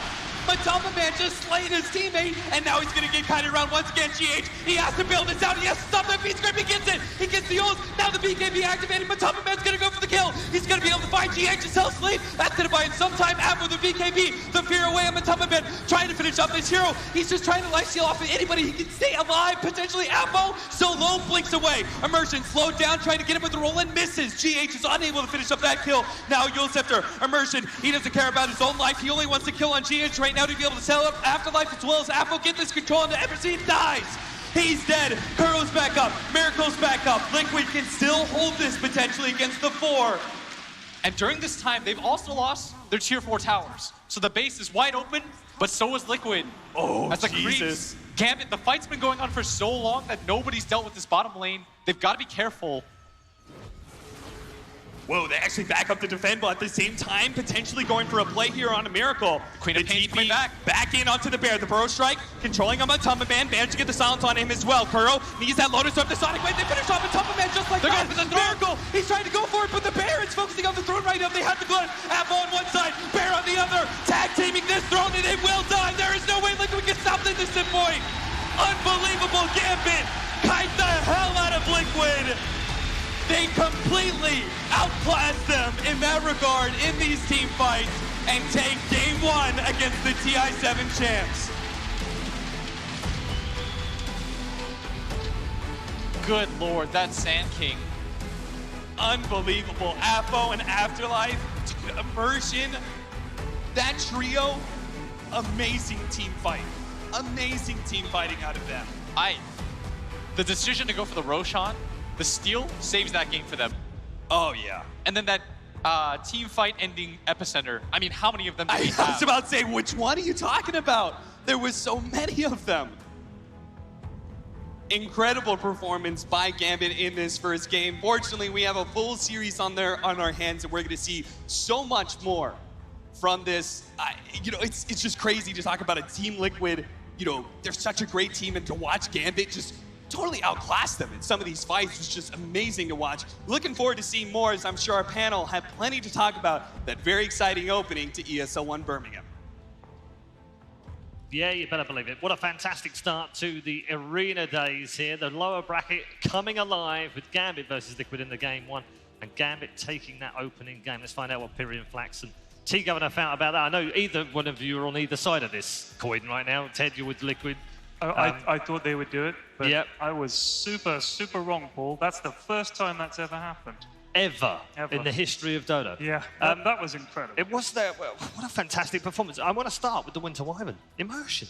Yeah, it's great. It's with Gambit's draft, if the Wyvern gets picked off at the start, Liquid are just going to roll over them. So in the first 20 or so minutes, the Wyvern was dying and it was a bit dicey. But then they realized this, and he just started him back, getting the good curses, getting the hills off, delaying the fights. And that's when they started to shine. And he got rich. Like, he was side. It was crazy. He was richer than the Omni Knight. Yeah. In that game. Honestly, Liquid just got rolled over. The Sand King continually turning fights, setting stuff up. Well, he saved the game. He literally did. Like, the steal on the Aegis was insane. And I thought, okay, that's a pretty cool moment. Let's see what else they can do. They managed to bait Liquid in with the Bear. Everyone's hitting the Bear. Suddenly, 3-man burrow into a 1 fight. And I thought they used the Quap brilliantly. Every time the fight was starting with the Sand King, in comes Quap straight away. Big Sonic Wave. It was incredible. Yeah, it was a fantastic performance from Gambit. From Liquid's point of view, where did it start going wrong? I feel you can see with their draft as well. Gambit can only take fights when they know where the Omni Knight is, so they can obviously jump on him. Liquid capitalized on this, and in the early fights, they would always have 6 or 7 sentries down in the area. They'd have good control, and it meant that Gambit struggled to actually take them. When it got to the 30-minute mark and the map opened up, of course, and they have to go high ground, the fights are so much more condensed. So then Gambit can just sit back, and then they're always going to get the initiation because Liquid are having to come to them. So that was the key turning point, I believe. And that's why Liquid struggled, because their draft was it was good for the early pressure, but when they get later on, they have to play so well. And with Gambit's initiation set up, it's hard to do. Scoreboard on the screen, 7-0-15 for De Hack. Yeah. Another great performance on the lone druid as well. I mean, I think you could probably just pick up any of them at certain points of this game. They all had MVP performances, Ted. Definitely.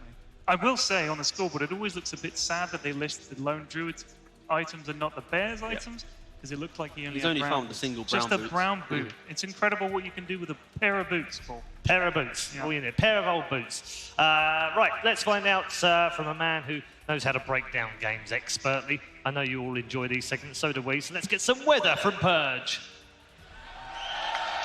Hey guys, I want to take a look at the Roshan fight here that turned the game in Gambit's favor. Now Liquid had just gotten 2 support kills, Sand King from his position kind of just moving over to the Rosh pit. This is his vision.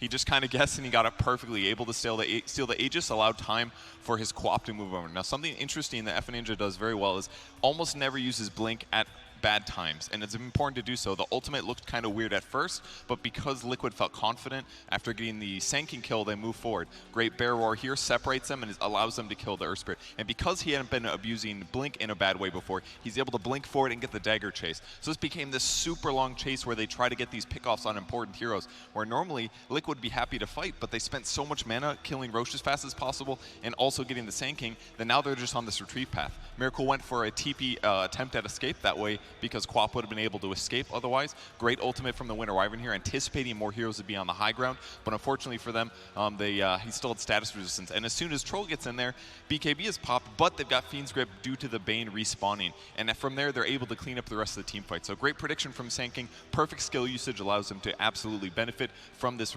Aegis steal and keep the game even. Another fantastic display from both Kevin and from Gambit, actually, in that one as well, just showing how expertly they managed to take down Liquid in game number 1. MVP, gents. Of course, it has to be Afterlife. Okay. Again, the Roshan steal, Yep. the stuns, has to be Afterlife. Great game. Ted, did you enjoy that? 100%. I know you were on 100%. Liquid for the game. Well, yeah, but especially you've got to admire it when to it's pull off an MVP Sand King performance Yeah. against Liquid is just turning the screw and rubbing Think it of in. the story, Ted. 100%. Think of the story. I'm with you on the story. Look, I'm not saying I don't want Gambit to do well. I'm just saying I didn't expect them to. So I'm pleased for them. They feed off the crowd. You can see them when they're playing as well. Yep, the crowd Immersion, are going nuts. he was dead. He clearly could do nothing. So he was just pumping the air. He was just happy. I love it. We're just going to let them two fight while we take a break here at ESL 1 Birmingham. Don't go that far away, though. Game 2 just around the corner. Gambit are 1 game away from knocking out Liquid and advancing at ESL 1 Birmingham. We'll see you in a few.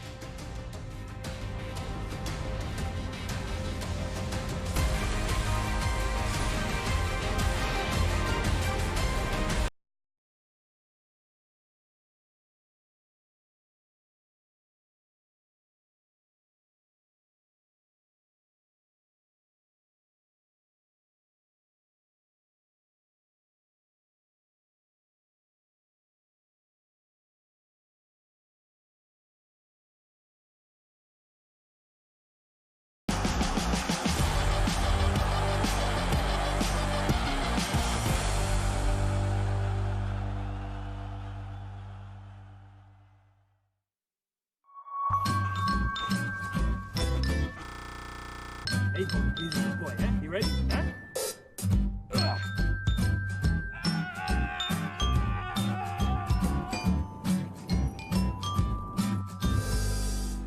Start your esports career now at play.eslgaming.com.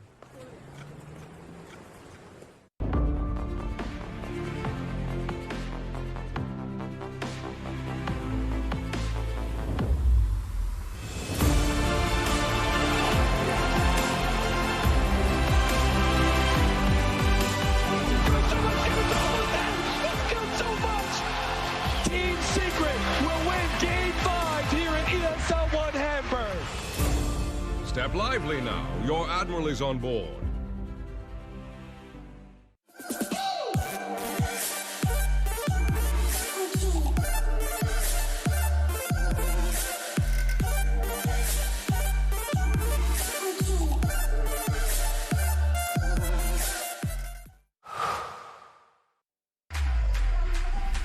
Think he can't shine through the dark? Stream a Roshan steal in high resolution?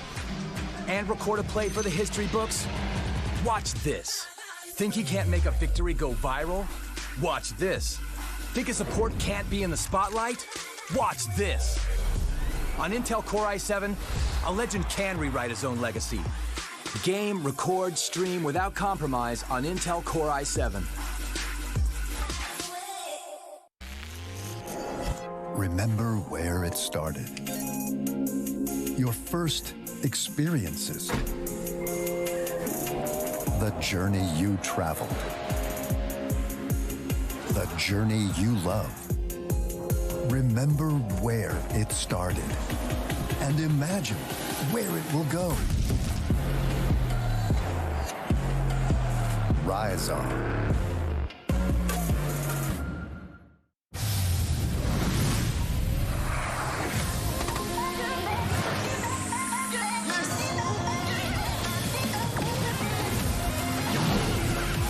Do you have what it takes? Sign up now for the Vodafone 5G ESL Mobile Open.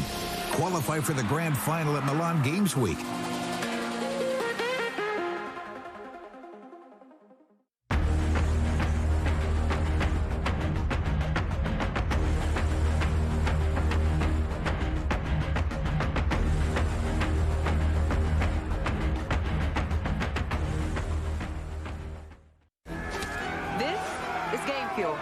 It's domination in a can.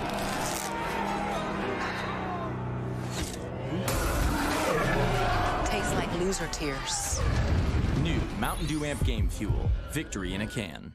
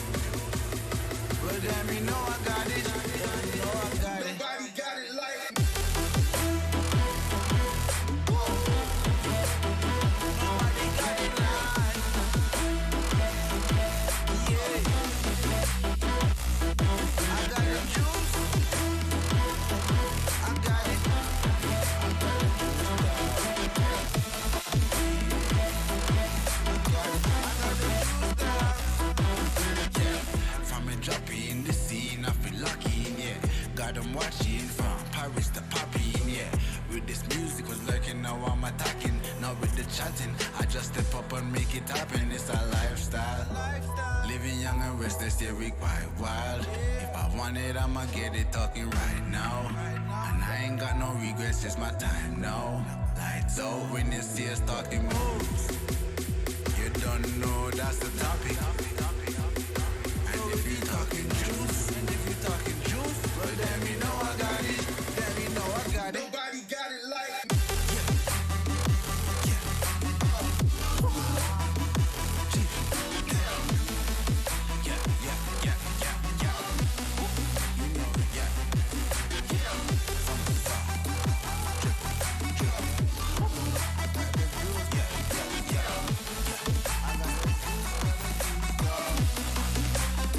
You know.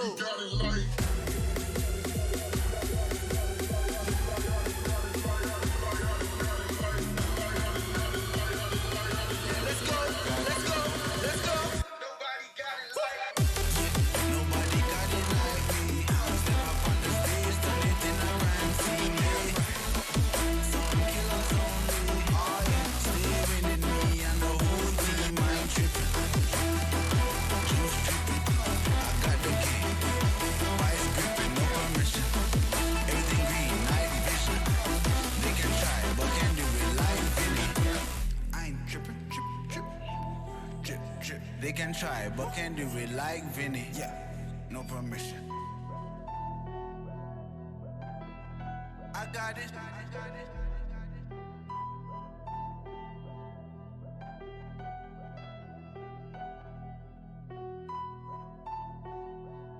I was dancing on my own when you spilled that ramen coke on my t-shirt. Yeah, your eyes made it difficult to get my baby. And the next thing I know, we were so ready to give in, skin to skin on that baseline. Oh, you give me that high-pitched feel, baby. We started saying it right, but it's first sight, the way you looked at me, couldn't say goodbye.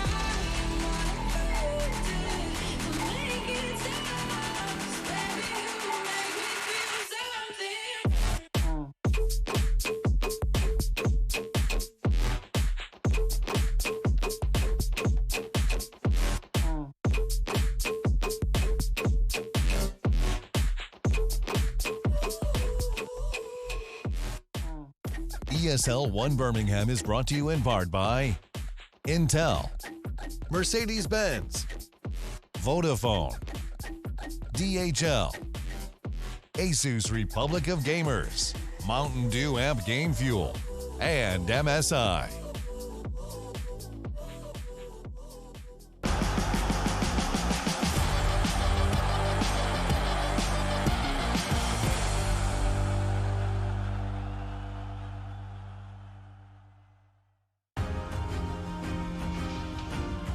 Welcome back, everyone, to ESL 1 Birmingham 2019. We're in series number 1, game number 2. Draft is already underway, so we're going to get you right in there alongside me, Piri and Flax and T-Governor, to get their thoughts on draft number 2 between Liquid and Gambit. And gents, Gambit won up in this game, 1 game away from knocking out a big team. But Liquid will adapt. Okay. I'll give them credit to that. Yeah. They're not gonna be pushover. They gave Gambit the Lone Druid, and it's one of the heroes that they are very good at. So I'm expecting that most likely to be banned. Oh, it's not even banned. Ooh, the draft's already going.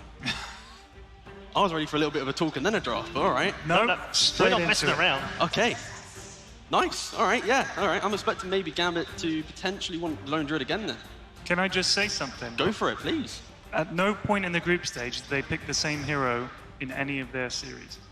So if they played a 2-game series, so each time completely fresh lineup. Sure. I don't know if that's just the way the draft went, Yeah.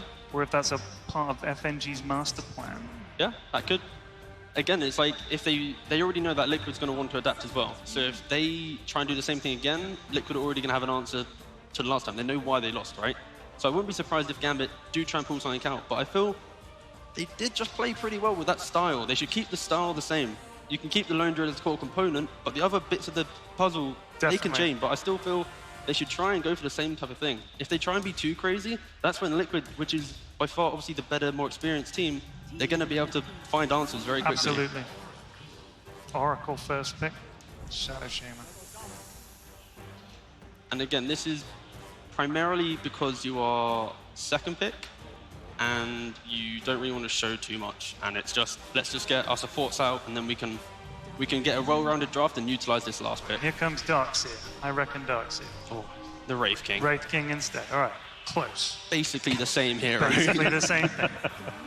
The same colours. Any other team, yes, Darkseer does look like a logical thing, but again, there's the Oracle there, which is like a soft counter in terms of laning phase in the game. It doesn't really do much because obviously the vacuum wall, the fight's very messy. Oracle can't do a lot, but no, it's Gambit. They're going to want to go for one of their comfort heroes. We've literally seen Nyx Darkseer in every game. Do you think that's why they picked the Oracle? Literally, like, again, we know what you're going to pick. You can't pick it now. Yeah, it just forces them onto something else. And again, Gambit, like I said about the style, they've now taken away the Lone Druid, and now they've put in the Wraith King. It's still going to be the same type of hero. It's going to have this map pressure. It's going to be able to push down very quickly. The skeletons, otherwise the boys. The boys. The You're a big fan of the boys, meaning the skeletons. So good. Meaning the skeletons. Of course. Yeah, you get some damage, you get the double, and then you send the boys down the lane. You forget about the boys, and now you got the racks, tier 4s, the ancient. We did a lot yesterday, that's for sure. The boys are so good. What are your thoughts on the Oracle? Hasn't been changed a huge amount. I think it's still the same hero. It still does it. Again, obviously the cast range and the cooldown on the ult was nerfed previously. Yep. So I still think the hero has its place. Again, it's a deterrent for certain heroes to be picked, and it does allow you to enable that kind of that one guy, right? Because obviously he's going to have the Husker. Oh, that's a bold one. But Liquid. Do you know, I mean, every time I see an Oracle, though, it reminds me, don't forget about the Husker. They wouldn't be picking Husker, by the way, because they just banned TA. Right. And Husker trounces on TA, so that's a head. Yeah, okay. Profit. Yeah, and then again, it's a second pick thing. So now you've got your POS 5, your POS 4, and now your POS 3. And the team yesterday done it as well. I think EG had this as well, their second pick, and they literally picked 5, 4, 3. Because the draft is so hard from second pick, you can't be creative and get to pick these counters. So you have to just have a nice, well-rounded draft, and then hit them with the 10th pick. And again, this could potentially be one of those Lycan games. They could easily whip out some full push right in your face. They could easily pick Matumba Man Viper. They could pick a Lycan. They could easily still go for some form of like Brood to be obnoxious. Because Wraith King's a very slow hero. He plays the lane well. He can be aggressive. But then he needs a little bit of time to sit down. Farm up, sorry, not sit down. There's your favorite hero, Paul. Don't know what you're talking about. Someone shouted it. But it is a very good position 5 in this position. It's the greatest hero in the game, Rob. Well, it's not. No, well, it is. Tell me why. I don't need to know. I mean, how can you not work it out yourself? It's got 2 heads. So's Ogre, though. Yeah, but it's got a fiery head and a liquid-breathing head of ice.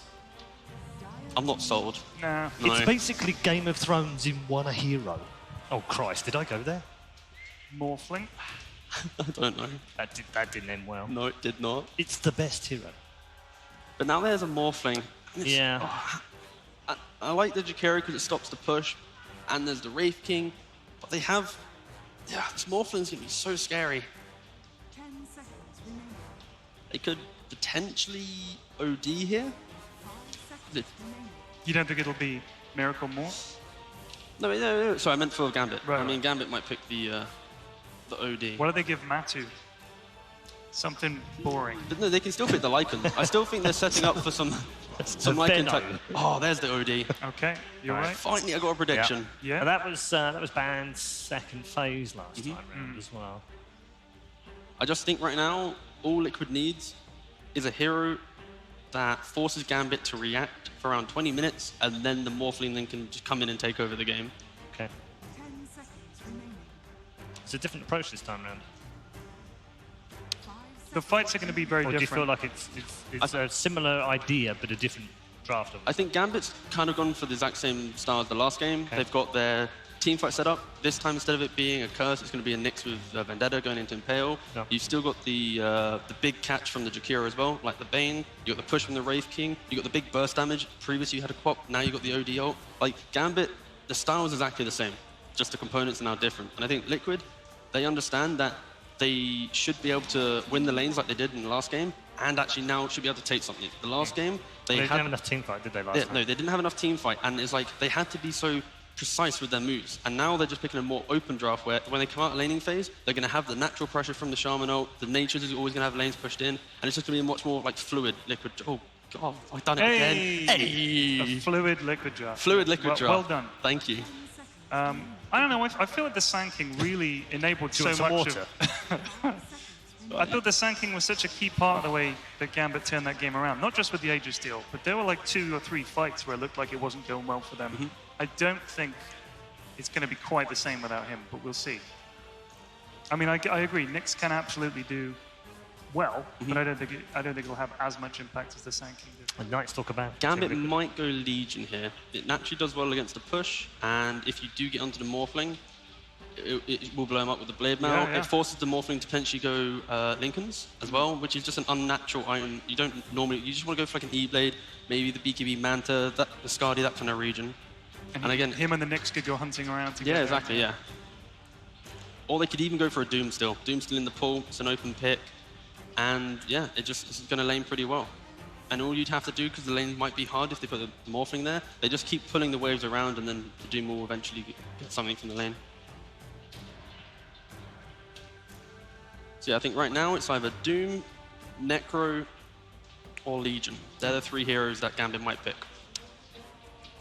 What are they looking for in terms of rounding out their draft, though? What do they need that they've not got? They need another solution to the Morphling, which also allows them to play aggressive. So the Doom, that works. And again, the other suggestion is they all provide something to deal with the Morphling and also with the push. So, because what they don't want is to be in a position where they can't kill him and then there's this other win condition. But also, the Gambit in a very difficult spot where because Liquid have last pick and they are known for picking these cheesy heroes, they have to pick a hero that's going to negate most. So for example, the Legion, that might deal with the Brood for a small period of time. So that's what they're currently sitting there working out. Like, if we pick whatever hero here, what cheese are we playing against? Nightstalker last ban. And they could still go Darkseer actually, but again, then you have to understand that the lane might be a bit rough, but then you're playing for the mid game, and then the late game, sorry. Okay, so they banned the Brood. That was what they were worried about. Yeah, that's a smart. Which I feel now they're going to shift towards an offlaner that has a little bit less push, but more team fights. Potentially the Doom, or potentially the Darkseer. Or the Omni. It could be good, and it's one of those ones where you're going to say it now and you're going to pick it, and I'm going to have... Lesh? Okay. Leshrac. That's kind of thrown us off a little bit. So Leshrac minus Omni, we saw that yesterday, I think. And I can't remember. It was Sumail playing, right? It was, yeah. This will just be a position 3 Leshrac. CS really likes this normally. I don't mind it. I just feel it's very easily punishable. Like, I feel like right now, if Liquid does pick this Lycan, I feel like Gambit's going to have a lot of issues. They've got quite a greedy draft. They're going to potentially have okay lanes with the stuns, but then after that, they're going to all need to sit back and farm. The OD needs to get items. The Wraith needs to get a Radiant. Like, there's such a large window of time where Gambit has to do stuff, like farm and sit back, that Liquid can punish, especially when you have Shaman Natures. So I want to see a pushing hero right here from Liquid. They're all in-your-face guy. You think they want to finish this way before Gambit come online? Yeah, I think they can finish it early, but they can also play late, because of course you've got the Morphling and then obviously Oracle to play into that. But no, I think they just have the ability right now. There's a clear window where they can be extremely strong.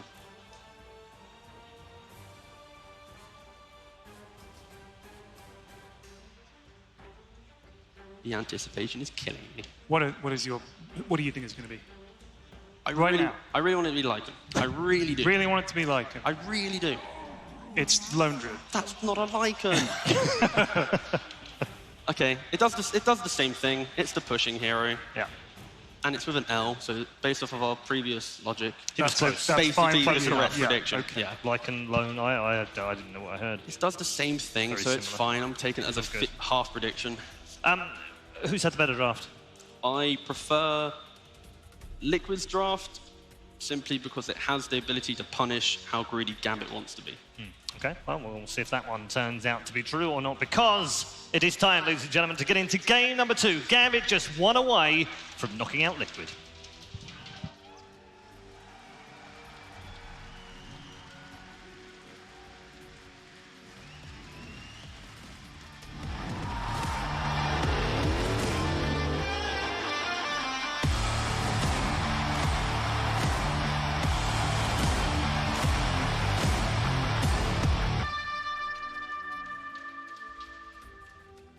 Wonderful start to the day, and hopefully we're going to continue to see great things as this series continues into Game 2 of Gambit versus Team Liquid. And Liquid, after losing to Gambit, are actually going to adopt something from that Game 1. They're going to pull the Lone Druid onto their side. Blitz, how do you feel about that? I think the Lone Druid's a really good hero right now. It's one of those heroes, non-committal high ground heroes I think are so strong. As we see the bet odds have gone way down. In the previous series, it was almost double that. Yeah, people have wisened up pretty quickly that Gambit is not a team that you should just dismiss so easily. I mean, I thought they had the better draft last game. I liked it. I felt like their mid game was going to be very strong, and they almost overplayed to get to that late game because everybody was so farmed at that point. Oh yeah, I remember there was like a moment at 38 minutes. You're like, I'm just surprised that we're here, and I was thinking, yeah, 38 minutes. The fact that Liquid's lineup isn't superior at this point with this troll and everything, but they you're right. I think they just played the hell out of those team fights. I will say that the Roshan change is pretty massive. If you think about it, the new Aegis thing, that's 4,200 gold. That's such a big net worth change that you get all of a sudden. In a lot of cases, I might actually just prefer that straight up. Like in that last game when Afterlife got it, the Sand King doesn't mind having it. He loves that. Yeah. The fact that you had to choose between your SK or your Queen of Pain at that time, I think means that it's even better. Yeah, absolutely. I think you had two really good candidates as opposed to the secret game that we were casting where it was like no one really they just wanted kept on getting more Aghanim Scepters and most of them were pretty bad, but Immersion, you can see his Nyx Assassin 1% over the average it seems, and we're going to be seeing first time Afterlife playing Leshrac for this patch. So both teams kind of adopting something that was taken by their opponents in Game 1. Liquid actually getting 3 of them. 3 bounties to start here, and maybe a kill as well. No, GH does have either shot because he doesn't want to totally ruin his laning phase, but they just get a lot of harassment on the Afterlife here. They only got 3, right? So did one get denied? Did Mind Control deny one with his Treants? Mm-hmm. I think so. Your king thanks you. Ooh, that's rough. So already, Team Liquid yet to hit a single creep and up by 600 gold.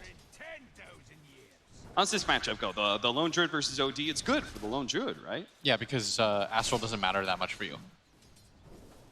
I remember you always telling me that like when it comes to OD, it's like about whether or not you can get CS around the imprisonment. Whether it's just like nuking down waves or in this instance having two different opportunities to get the last hit. And then we've got just a solo Mind Control right now in the top lane where bottom Gambit Immersion is actually pulling with the Nyx Assassin right now. Similar to what we saw last game. It is just trying to set it up so the creep wave is going to push into this Leshrac because otherwise they're just going to get zoned out by a tri-lane. I could see him, yeah. He's just going to TP out here. And really, what can you do as Team Liquid to stop that? There isn't much. Just try and do as much harassment damage as possible, but Nyx Assassin just TP back to the fountain, and he'll be here by the time the creep wave shows up. So they can just play pretty patient. Still, laning phase is not bad at all for Liquid, as Mind Control can actually walk up in CS, because FNG doesn't really feel the best with the Treants quite yet. No. Would be a little bit better maybe when he has level 3 and has higher levels of dual breath and liquid fire to slow down the Honestly, attacks. It's kind of okay for both teams because their top lane's going well, but Liquid have to commit the tri-lane and they're not getting any sort of kills. And the reason they're doing this is because I think the Morphling would be very susceptible to death at this point. Yeah. This is definitely a great kill combo. The worst thing about playing Morphling is when you have to morph back up to strength because it takes you so long to switch back and forth at level 1. As a very nice side pull here. Yeah, look at this. Miracle's just really focusing on the denies. They do not want to let Gambit get to level 2 or level 3 off this big creep wave. They know it's going to push forward anyway, but if they can deny as many of these creeps, especially since the range creeps got attacked by the next wave coming in. Yeah, they got most of these because of the range creeps dying like that. Yeah.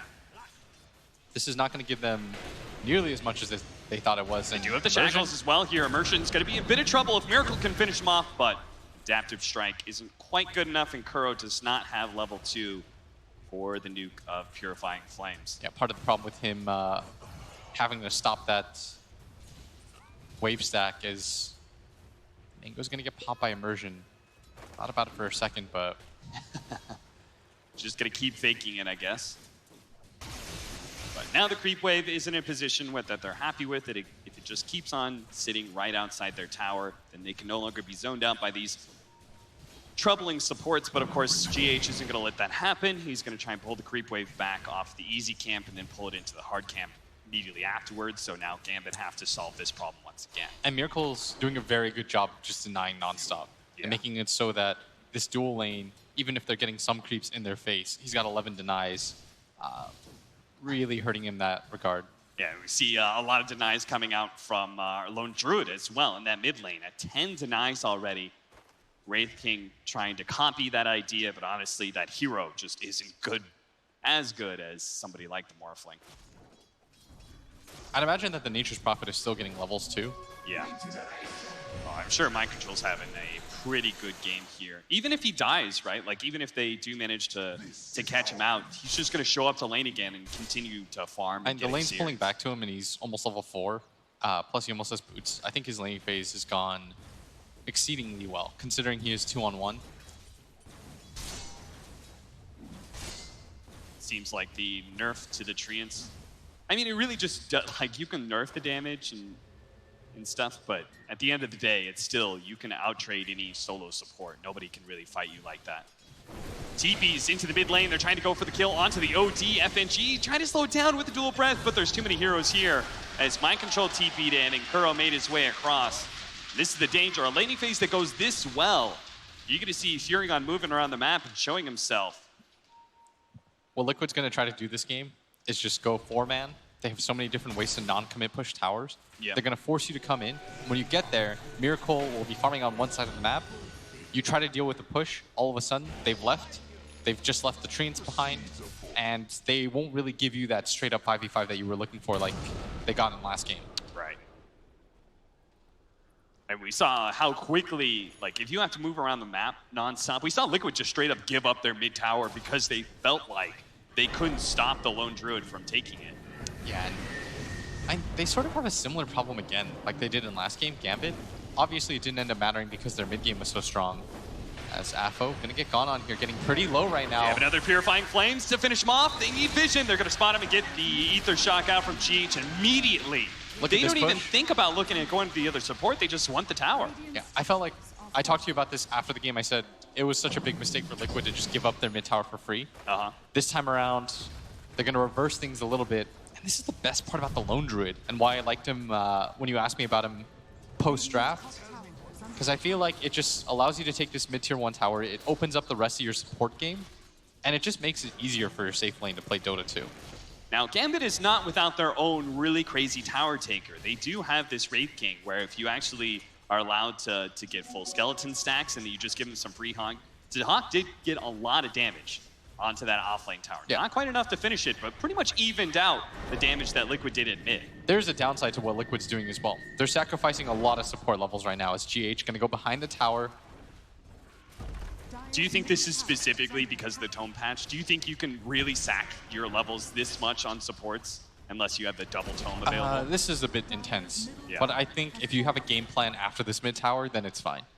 And what is that mid play, that play going to be? Matuma Man, we've seen in the past where he rotates very heavily with his Lone Druid.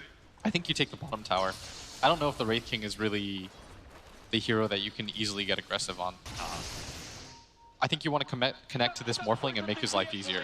Like everything to make Miracle's job a little bit better. Because I think that Liquid, they win games when you give Miracle the win condition. When you make sure that he has the absolute best hero when it comes to the ultra late game, that's when you see Liquid really start to calm down, and it feels like they don't have to force fights as a result. And I think that's huge for them, as that is indeed the play. They're going to make their way down to bottom lane. Yep. And this is one of the best things that the Lone Druid does for you, is he can assail this enemy offlane tower, which we were having a long discussion about after the game too, and why I thought it was so important.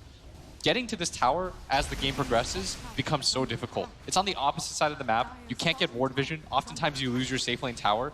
And more importantly, I think in the late game, like post 30 minutes, it resets the glyph at a really inopportune time. I mean, we've seen, how many games have you seen where it's like, they've got 2 lanes of barracks, but there's still a tier 1 alive. That tier 1 is always the offlane tower. every single time. The Ice Path is going to go out here from FNG. Afterlife's going to be caught in the back lines. It's in the level 3 left track. Oh, this game is just block. being ruined right now. Great body blocking there from Mind Control to ensure a route out from the Matumba Men Bear. They're going to go from off-lane tier 1 to now a tier 2. And Gambit, I mean, they look at their heroes and like, we just don't have what it takes to stop this. There is the change though. We have the Glyph multi-shot, but you can see the Bear just doesn't care. Part of it about last game was they had multiple ways to take fights like this. They had the Queen of Pain mid, they had the Sand King off lane. This time around, they've got the Leshrac off lane, who, let me tell you, without items feels very bad. And most importantly, OD just doesn't do the same things. Yeah. Plus, you know that Dahak, and it really feels like he likes his Radiance timers, but it also means that the overall pace of the game is just slow. Good read by Apo, but it's not good enough. The root is going to be there just in time from Kuro. So he turns around knowing that he's dead. He wants to get a kill out of it, but he couldn't actually catch up to that Oracle. And now will die to the Wrath of Nature they might from even Mind Roche. Control. I would be pretty crazy if they Roached already. Oh, no, they're going to go for top. It makes the most sense to go for top. Yeah. Who drew the line? That would be Mind Control. Okay. He wants to head out to top lane. So I saw Matumba him. Man's going to push in mid and then cut up there, right? Yeah, you connect to the rest of your team. And just let this happen. Let Miracle just play by himself. Just actively taking areas of the map away from Gambit with that tier 2 off lane gone and the tier 1 mid. The triangle is pretty well opened up. So he can just stop that part. You said they're gonna just sit Miracle on one side of the map and the rest of the team's gonna be the other, and that's exactly what's happening right now as the 10-minute bounty runes are coming up. Miracle's already controlled this part of the map enough that he feels like he can get both.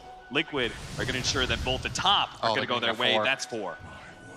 You know what I noticed about this adjustment too, like in terms of draft, is I think Liquid realizes that Gambit picks 2 supports that are better in the mid game. Oh, look at that surround. A classic Sprout into Treant spawn total surround on the Nyx Assassin.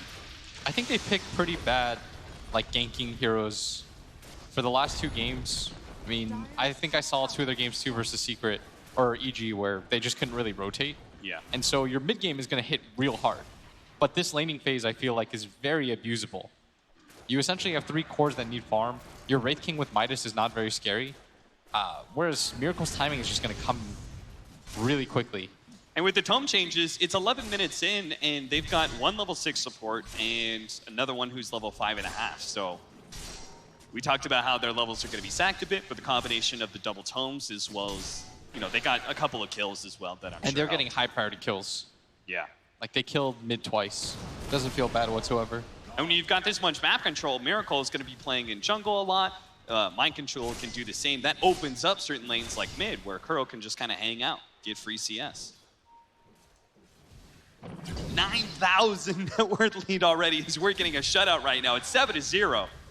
It was a tough back and forth game that Gambit managed to pull the victory out there, but this is looking like it's going to be all Liquid. I think part of it is that they sort of forgot what won them that game. It was the ability to just like fight nonstop. Yeah. They didn't overgreed it, which I think is kind of the key against Liquid, because Liquid, when they're at their best, I feel like they're securing the late game with some sort of pick for Miracle, whether it's Morphling, Anti-Mage, some sort of hero that just scales really well into the late game. Kuro being chased down by the OD, but at the same time, Immersion's going to be found, scared away. Matumba Man going to body block him here and allow his bear to be able to get a little bit closer as well, to be able to get the root. That will probably ensure that Immersion does die here. Now they're going to go for the Roche? Yep. Now they've got Roche with the Serpent Wards up. And there's just nothing Gambit can seemingly do. I mean, their cores were too greedy. We heard T-Governor talk about it. He liked Liquid because he said they've got a way to punish the greed from Gambit. You've got a Leshrac, an OD, and a Wraith King that all need farm, that all need levels. Gambit trying to get inside the pit right now with a macro pyre. They're going to throw it out here, but between the bear and the wards, they're just slowly going to take the Roshan without taking any hero damage here. Miracle is going to position himself to pick up the Aegis. So Blitz, I mean, we're seeing a totally one-sided game here. So when is it going to happen? When does Gambit's lineup come online and we can see them actually rotating to defend towers and fight Team Liquid head-on? Like 15 minutes from now. They're just that far behind. It's more like they need to hit their timings. Yeah. Like, the downside of Wraith King is like, the upside of Wraith King is he's a safe lane hero that you don't want to mess with. He's not easy to gank because you know that it's most likely going to take twice. So when you go to a safe lane tower, if you can gank him under the tower and you get the first life. Oh, he didn't go for the vendetta. Oh, no, Immersion, no. You had it, buddy. That's a free kill now. You had it. That was pretty massive, actually. Because that's 4 minutes on the Aegis. That was a level 6 Nyx assassin that would have killed a level 10 Morphling solo and taken away the Aegis. I guess he wouldn't have gotten experience, but still, taking away that Aegis would have slowed down Liquid a lot. That is so unfortunate. I think he went for the hit, but then queued up the stun too quick. Yeah. Because he had to have known that the stun alone wouldn't have killed. He had 260 HP. Plus, as soon as the stun connects, you know that Miracle's like on the case. It's like, I've been hit. Nice back. Oh, they're just going for it right now. Yeah, they really are. Between the Bear and the Serpent Wards, once again, very low committal, but high damage on this tier 3. Stunning the Bear, they need to finish off this Bear. Much like Liquid tried to do, GH actually from long range gets the Shackles, just gets a bit of harassment damage to Gambit. See if they can bring down one of these heroes low enough. They got him, Immersion. Drifts a little bit too low, they're summoning the new Bear here to finish up this tier 3. Fire. Biting him down, managed to get the Ice Path. They're going to try and finish off the Wraith King while going for the last strike at the same time here. Afterlife's dead. There goes the reincarnation of the Wraith King. And nobody from Gambit is really behind him. They're going to buy back for the last strike and finally TP in Apo. But again, in OD at a level 11, 15 minutes in, it's not really a powerhouse hero. And Liquid are not that scared of this buyback and these rotations. But now they've lost their second Bear. It's probably time to retreat. There goes all your building damage. Yeah, now they're going to reset here as Matama Man goes to Catch the TP Matama out. Man, no! Immersion, too slow with the Impale. He's going to get nobody now for that. He's got nothing. And the casual Kaya is now complete for the OD, but again, timing has moved up so rapidly. There's only ever been 6 shutouts on land, most recently the EG shutting out Liquid. I always remember the most famous shutout for me was ESL 1 Frankfurt. Remember Toby and Sin were casting because Sin did the 22-0. IG? Yeah, it was. Yeah, I think it was IG versus EG. What a crazy way. I think that was the end of the series too, right? Yeah. Or maybe it was. As you can see, Apo's just had a rough go of it. Only been hitting creeps nonstop because he knows his hero just can't really fight yet. They've got to just bite the bullet, lose all their towers, and He's hope so that Liquid far. makes some sort of mistake pushing high ground. Yeah, he's so far behind in net worth, though. Yeah. Somebody who isn't, though, is this Wraith King, who just about has that Radiance. I think once you have Radiance, you just smoke and take a fight. Yeah, you got to. Unfortunately, DeHaan can't play hyper-aggressive right now because that was the level 1 reincarnation when it went down, so that very long cooldown is still there for another 90 seconds, so he can't really actually farm creeps in lane. You can tell he's very afraid to pop out, and rightfully so.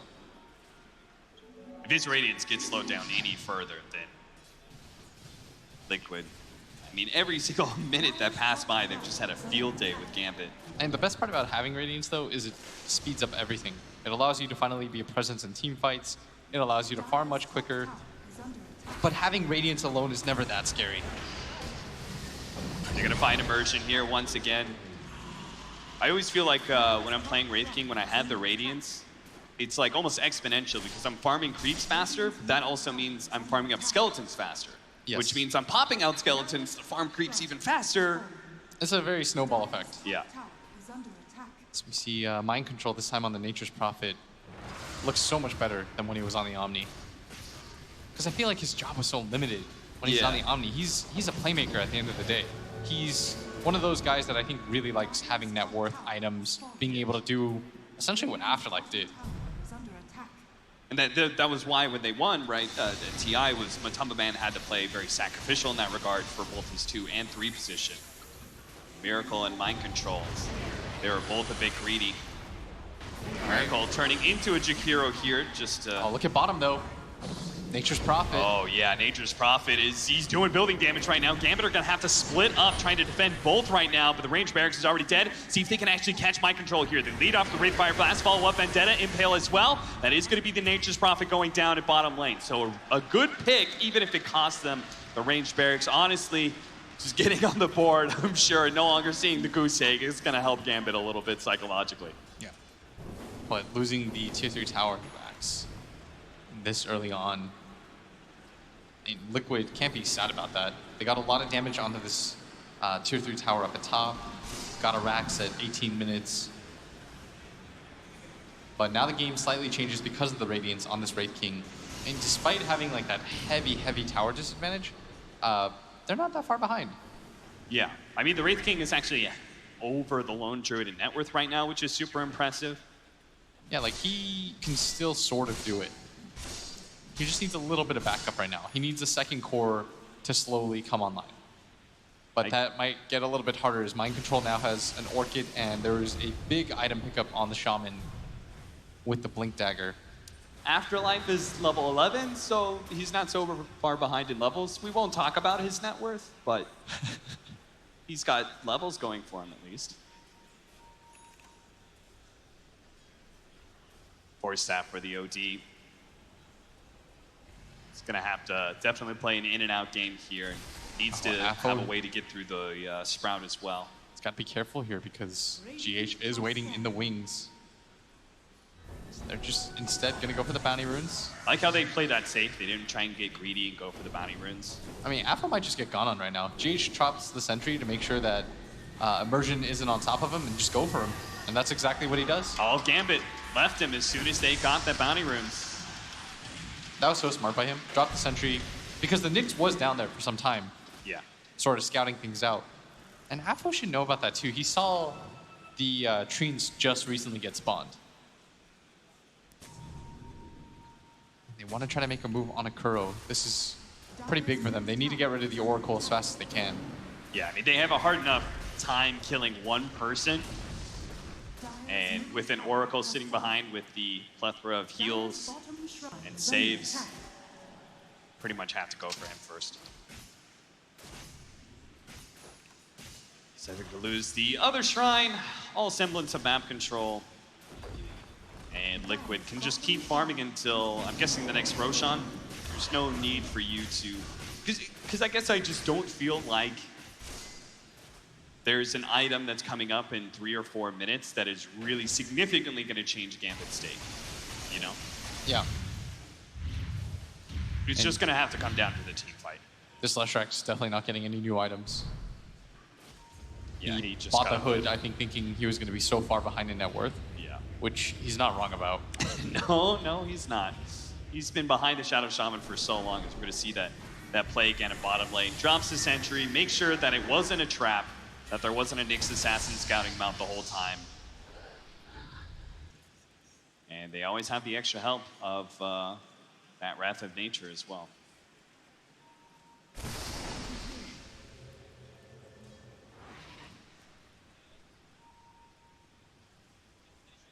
Thing is all 3 of their cores have ways to be able to farm up Treants too. So if they actually had a more successful laning phase, if they just didn't bleed out all towers, all map control, everything, then maybe they could have actually done something here. Tried to go for the Impale on the TP, but it was baited out by Mind Control. It's a little bit too far. But still all map control in favor of Liquid. Miracle is very farmed at this point. I think for Gambit right now, when you lose this much map control, the problem is you have no wards on the map. So it's hard for you to just blind smoke out because you're just risking the game at that point. And with this wide window of when Roshan can spawn, It's going to be tough. Do you think they have to go for the Roshan defense, or can they play for the high ground? I think they have to go for the Roche defense, because I think the Oracle ulti in conjunction with the Aegis is just a little bit too much to overcome. That's what I meant about, you ideally want to get something going, but it's so scary to just go for the smoke. But going for Roshan, when it is up, it'll be up. So it's a very easy objective, I think, for the team that's behind to fight around.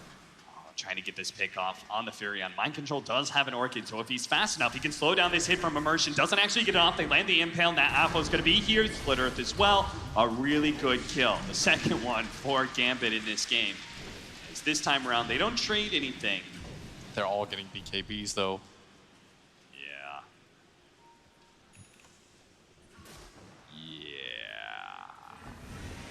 They're all getting BKBs. And they have all these ether lens too. Like, they don't have like the greatest jump in the world. Their sentry's in place, and Nyx Assassin can't get there. They don't have a blink dagger, and Dahak isn't going for one either. He went for Evan's Halberd. He's building into a plate mail now. So they don't have a good way to get to that back line in the first place. But a Roshan pit, it kind of inverts everything, where the back line is kind of exposed, and your damage dealers are there in that dead end. They're going to try and kill the bear here with the help of the skeletons. Trying to slow it down, but simultaneously can't get too far out of position. Impale, that's going to land, and that is going to be the bear kill. Oh, Miracle. See if they can blow up this Wraith King, take away the reincarnation. There's going to be the imprisonment save, but they have to try and take away these Serpent Wards, staff him away. Still managed to get him with those long-range nukes, and they do have treants currently hitting the melee barracks.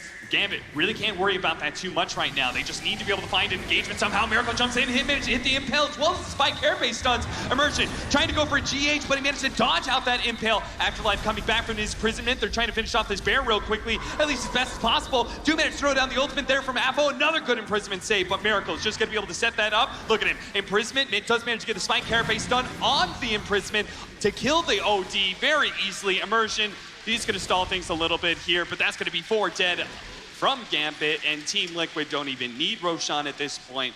They can just go for the high ground, force some buybacks. I mean, they went for it, but Mind Control's pressure on the map just a little bit too much, as well as the farm disadvantage. You saw them just continuously kite the Wraith King, and he just doesn't really have a second core that he can work with, that can go in with him.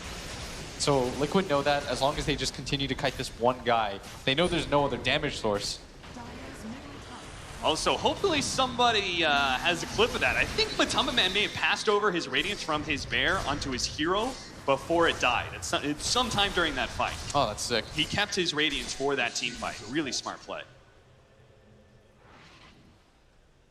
And so, as they force a buyback out of Gambit, they can head back to that Roshan pit. Oh, and let's not forget about those bounty runes that spawned a minute ago. 19 bounty runes to 4. It's just one more metric to show you how one-sided this game has been to the favor of Team Liquid. At Gambit, they put together some incredible team fights in Game 1, but it's hard to overcome such a sharp net worth advantage. Immersion trying to wrap his way all the way around. Maybe he was looking for that courier. They spotted it because of the ward they have on the high ground next to the Roshan pit. But it's a cool ward too, from the Dire side. But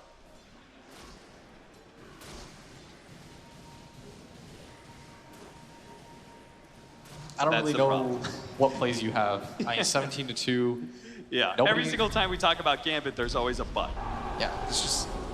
And you saw OD drop the hammer, and it's really not that scary. No, it wasn't at all. They killed the lone druid bear twice. That's what they accomplished in that team. So now, you said it had to be the Roshan defense. Gambit, they tried, weren't able to get it together, so now they're going to have to go for the high ground defense, which is probably going to be harder here, as they have so many liberties they can take. Just drop the Serpent Wards and the Bear. They have BKBs available. They have an Aegis. Miracle, once again, going to turn to the Nyx Assassin. It's such a great hero to turn into with that Spike Carapace, especially allowing you to be able to get free stuns. Look at that. The magic immunity just allowing Miracle to soak up some damage. don't even need the false promise. Bear running forward, trying to finish up that mid lane of Barracks. Miracle just dives in pretty freely, takes out that Chick Hero. Now they actually have the Orc get into the back line. That's going to be Merchant going down as well. Beyond Godlike for him, and Miracle is only halfway through this while Matumbaman's taking that mid lane of Barracks. That's going to be 2 lanes gone, and the top lane fully exposed here. At this rate, Team Liquid don't even necessarily have to win a team fight to close out this game. All they have to do is just hit the buildings.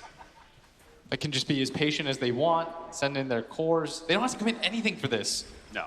Send in the Bear at this point. So Gambit, they are the ones who have to go kind of out there and put a stop to this one. They're going to start by trying to kill the Bear. Shotgun again. There's going to be a shotgun onto the last rack, bring him a bit low. There's going to be the force snap, but the pursuit out from the waveform. Miracle managed to catch him. There's going to be the buyback of the Bears just going for it right now. The melee Barracks is dropping fast. They just keep on throwing more and more stuns at this Bear, and he keeps on getting saved by the Oracle. In fact, he's going to false promise it just to make sure the second Bear does stay alive.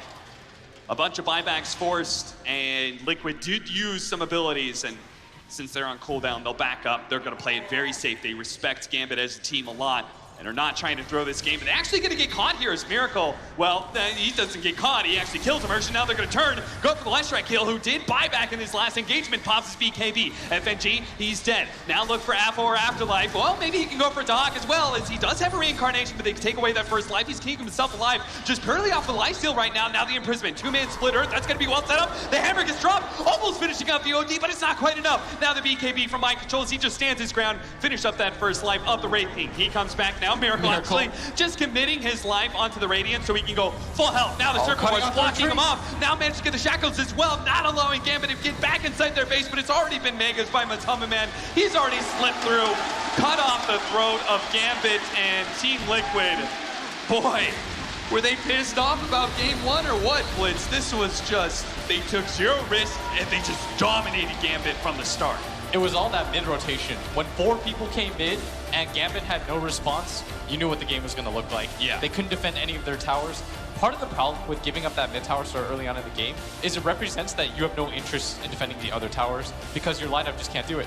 I think Gambit realized at about 10 minutes, like, oh, we actually have no answer. We're just going to have to wait.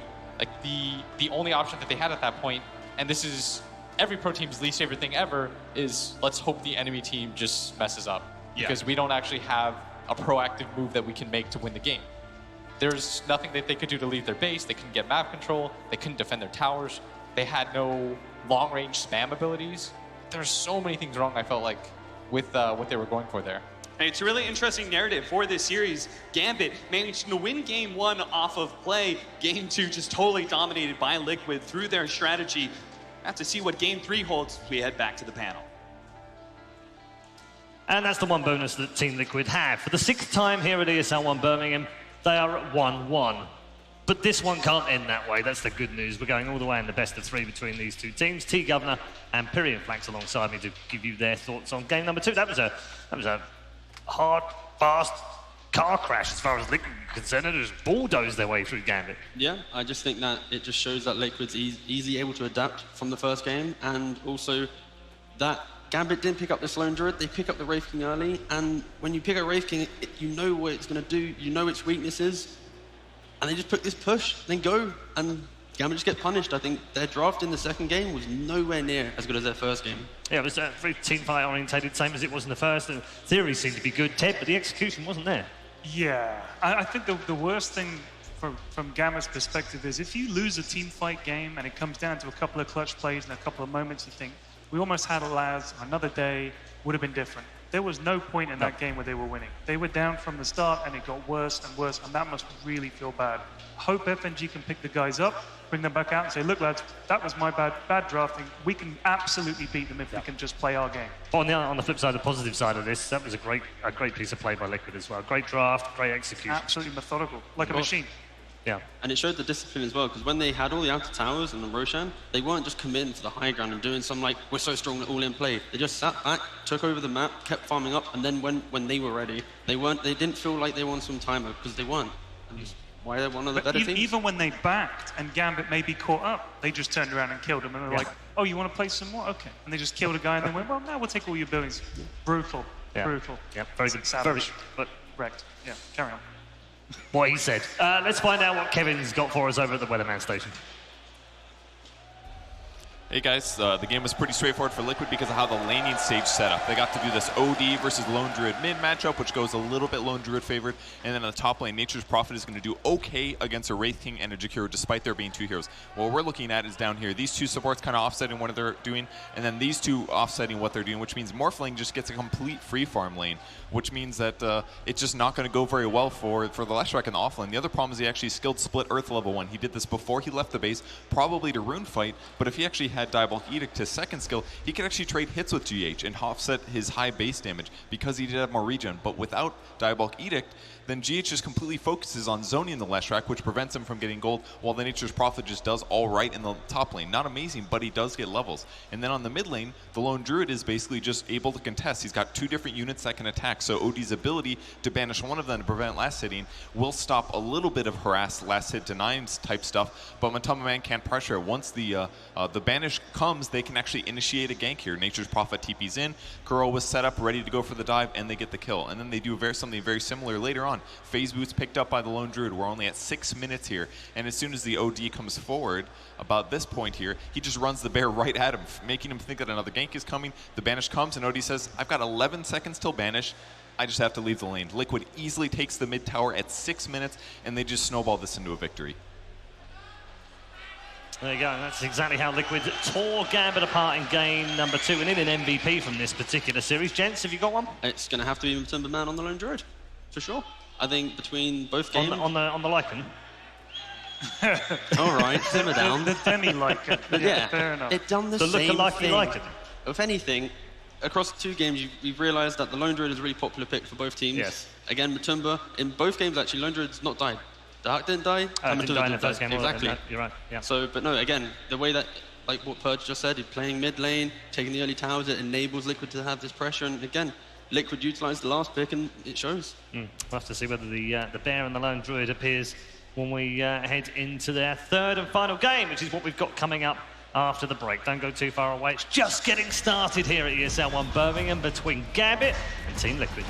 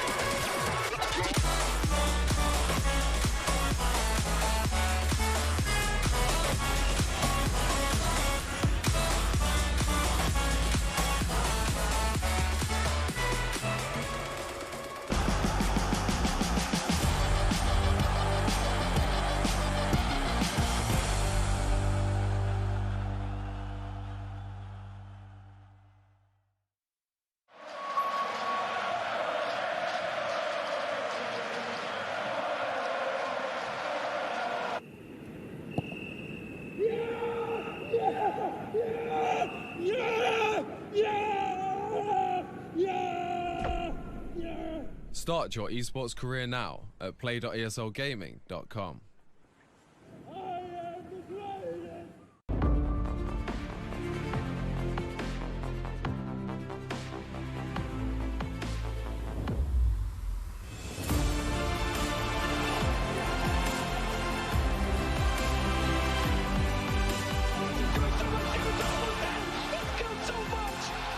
Team Secret will win Game 5 here at ESL 1 Hamburg. Step lively now. Your Admiral is on board.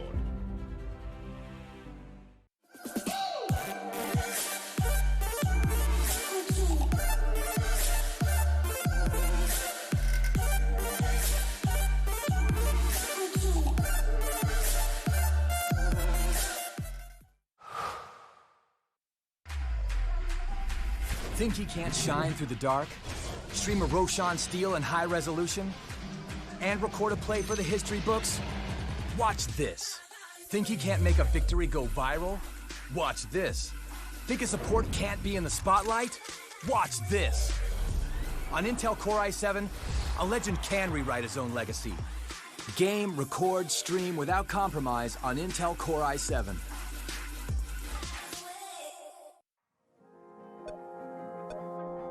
Remember where it started. Your first experiences. Remember where you came from. The journey you traveled. the journey you love. Remember where it started and imagine where it will go. Rise on.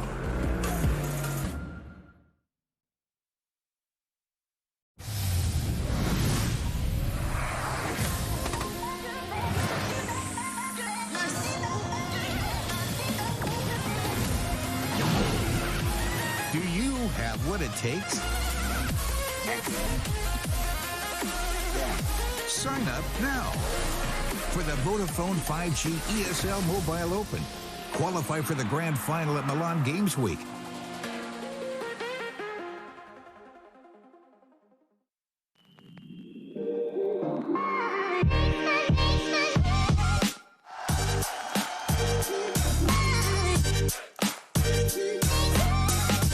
Gotta tell you, I love my job.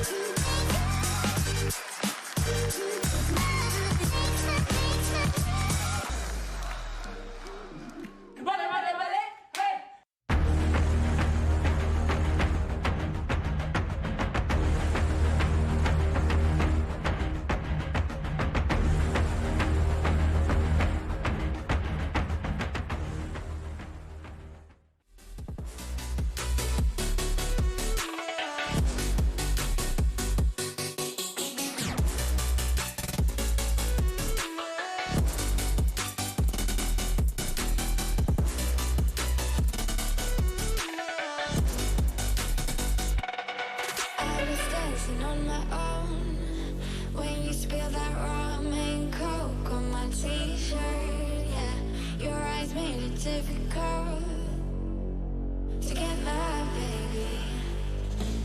And the next thing I know, we were so ready to give in, skin to skin on that baseline. Oh,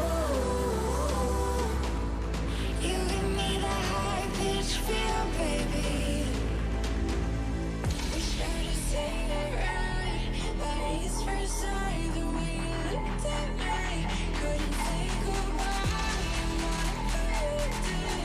Make it stop, baby, who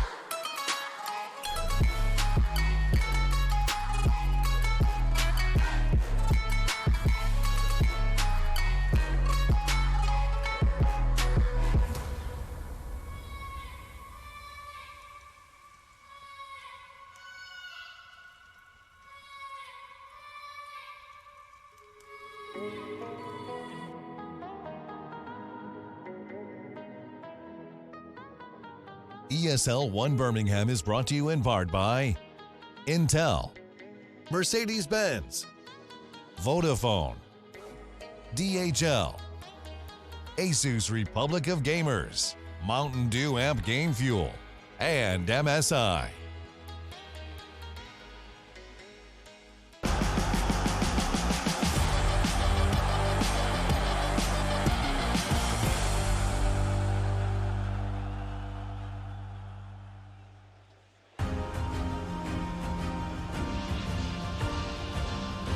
Ladies and gentlemen, welcome back to ESL 1 Birmingham 2019.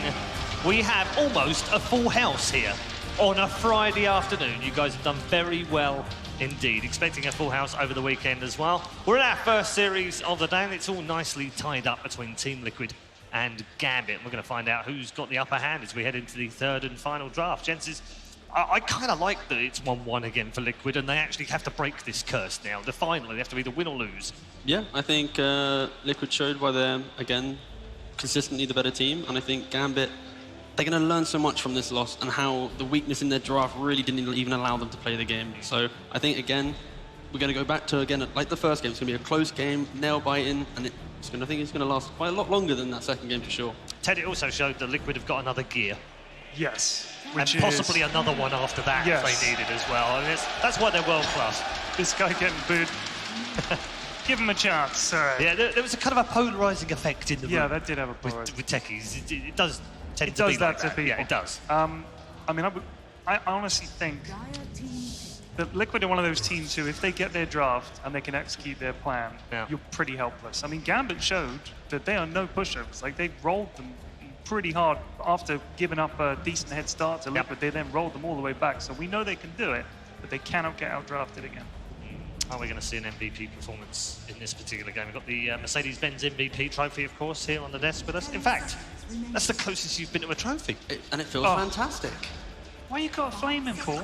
No, but what he doesn't understand is, a year ago, I was in this crowd. He was actually in the crowd. And I was Nobody knew he a wee was. boy, you know? A wee boy. I don't know why I say it like that, as if I speak like that, but I'm not. He's a wee boy.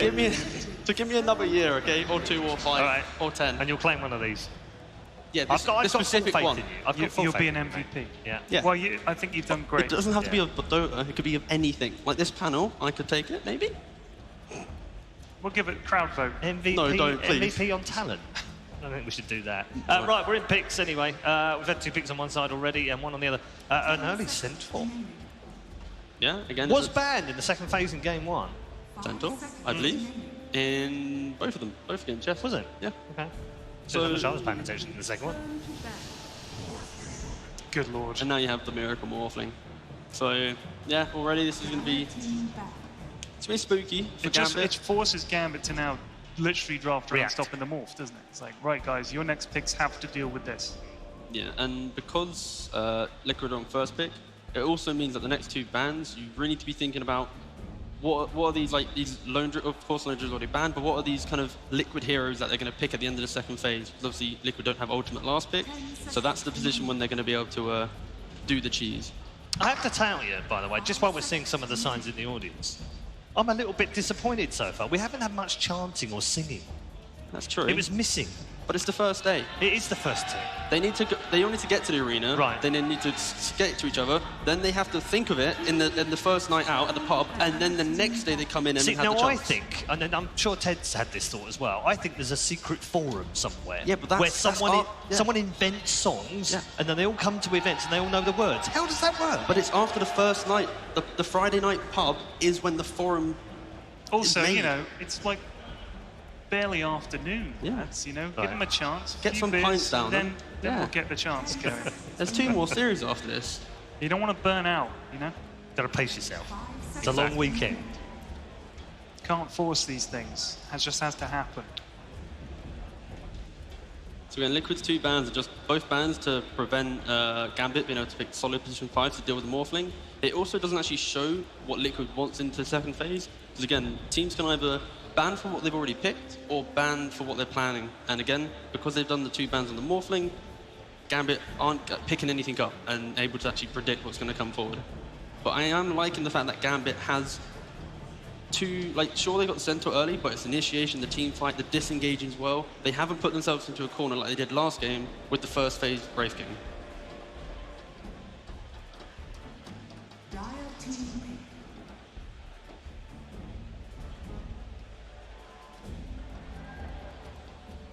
I wouldn't be surprised if they pick up their POS 5 right now, like a... Oh, the Warlock, okay. I was going to say Bane, but either way. Immense team fight, really good in meta right now, so... Just banged out. He's definitely not that tiny. Like, look at him. He's like a child compared to those other guys. He's a midget. He's not that small.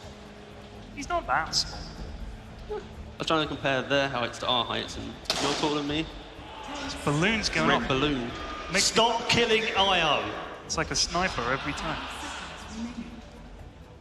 I still think, though, Gambit are putting themselves into a position again where Liquid could pick this early tempo draft again where they can control the map. Absolutely. Warlock doesn't deal with the push that well. Centaur doesn't really deal with it. He does naturally buy Crimson Guard. But again, you want the blink early on. Again, Spirit, same situation. So I feel Liquid, right now, they could easily take this draft towards a, we're going to be hitting all your towers again. Could you see them pick and profit again? Potentially. They could easily pick the profit right now because it'd be 5 or 3. Gambit has to pick another hero. Then Liquid can decide, are we putting it support, pick a cheese hero. So for sure, the Furion can work. But they could also just pick like another Crystal Maiden type hero or something just to enable the rest of the draft. So. Like Kuro likes those kind of backline 5s, doesn't he? They could even Abaddon as well, just to... Or they could even 5 Brew. Could be kind of cool with the tone change. Yeah. Yeah, I mean, Puppy was doing 5 Brew last year, wasn't he? I just think the Brew v Warlock, the Golem, it does a lot of damage to it. So I think it just works. It's nice, and you've got a lot more control. When they do want to disengage, you can just shoot some guy up in the air, and now they have like, oh, okay, guess we're actually taking this fight. So I think that could be a quirky one that they could pull out, but we'll see. Do you think this is the time to get quirky? I think Liquid's good enough to be sometimes quirky. I'm dying. Well, there's a backline 5 with a 1-button press. Yeah. He just wants that simple final game. He's just going to sit back, win me the game, boys. There's a lot more to it than that, lads. Run in, press button. Well, that's all I learned from it, anyway. No, you got to tomb on the high ground. There's a lot of finesse. Is there? That's not what PPD told me. You got to heal people at the right time. But he's not in this tournament anymore. Yeah. So they didn't get out of group stage. He's get out of here. Just saying. This is TI, mini TI. Talk when you've won a TI. That's the simple excuse. That's in the past. We're in like the present right now. Shame and 4th pick. And there we go again. We got the push. They're punishing the fact that Gambit is drifting more towards a teamfight orientated mid-game, late-game draft. And Liquid, with their last pick, they're going to pick another hero that's going to be able to put this 4-man into Gambit's face, and the Morphling will just be able to farm in the pockets. Nice dragon. Hello. Hello, people. I just like saying hello when people are waving. Hi, Immersion. That's not, is it Immersion? No, it's not. Whoops, my bad. Oh well. That's all right. It's the haircut that does it. Sure.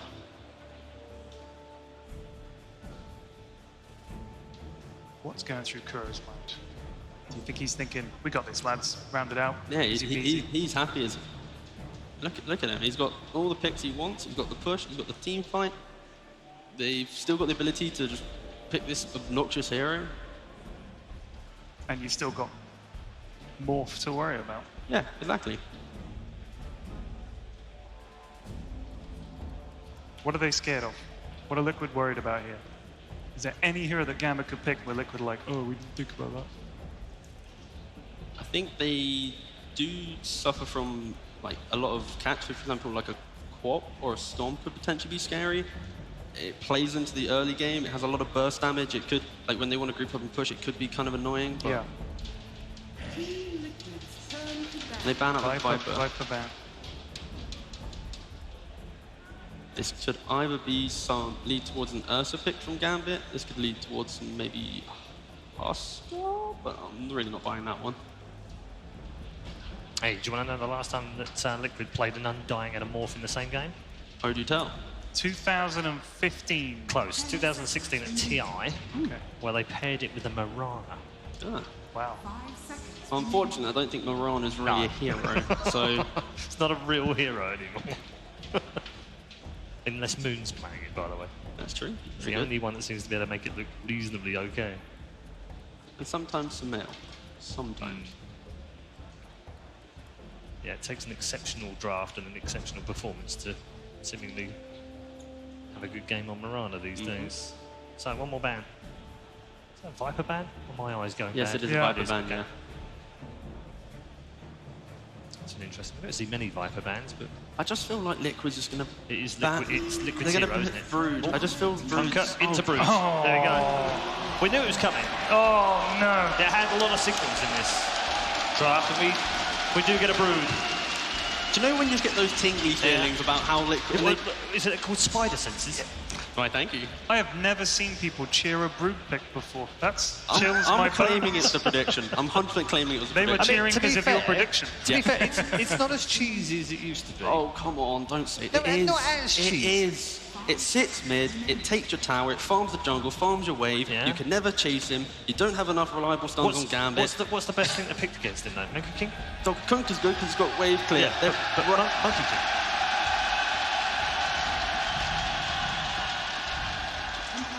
And then I was going to say that TA? you need someone who can push out the wave. Potentially could have put the Centaur mid, just double stout and play. Yeah. But TA does really well. He's going to be able to farm us the Spiderlings with side blades. It's just simply if the Shaman does come mid once or twice and the TA is put out of lane and displaced, he's going to have a really rough time.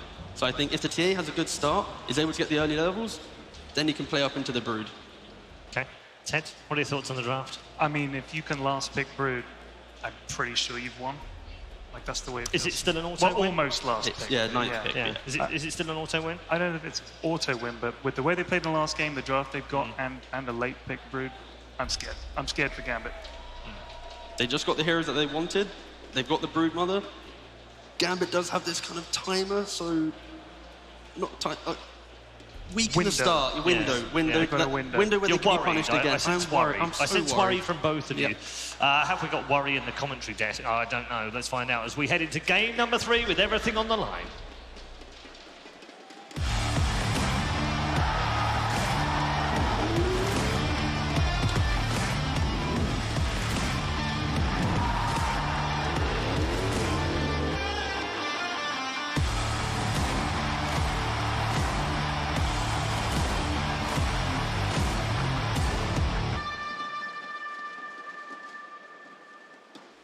Well, if you're a Team Liquid fan, I'm not sure if you're going to be too worried. As Game 2, they won the back of Game 2 off of a last pick Man here on Lone Druid. It seems like Liquid are going to repeat that formula here with a last pick Broodmother.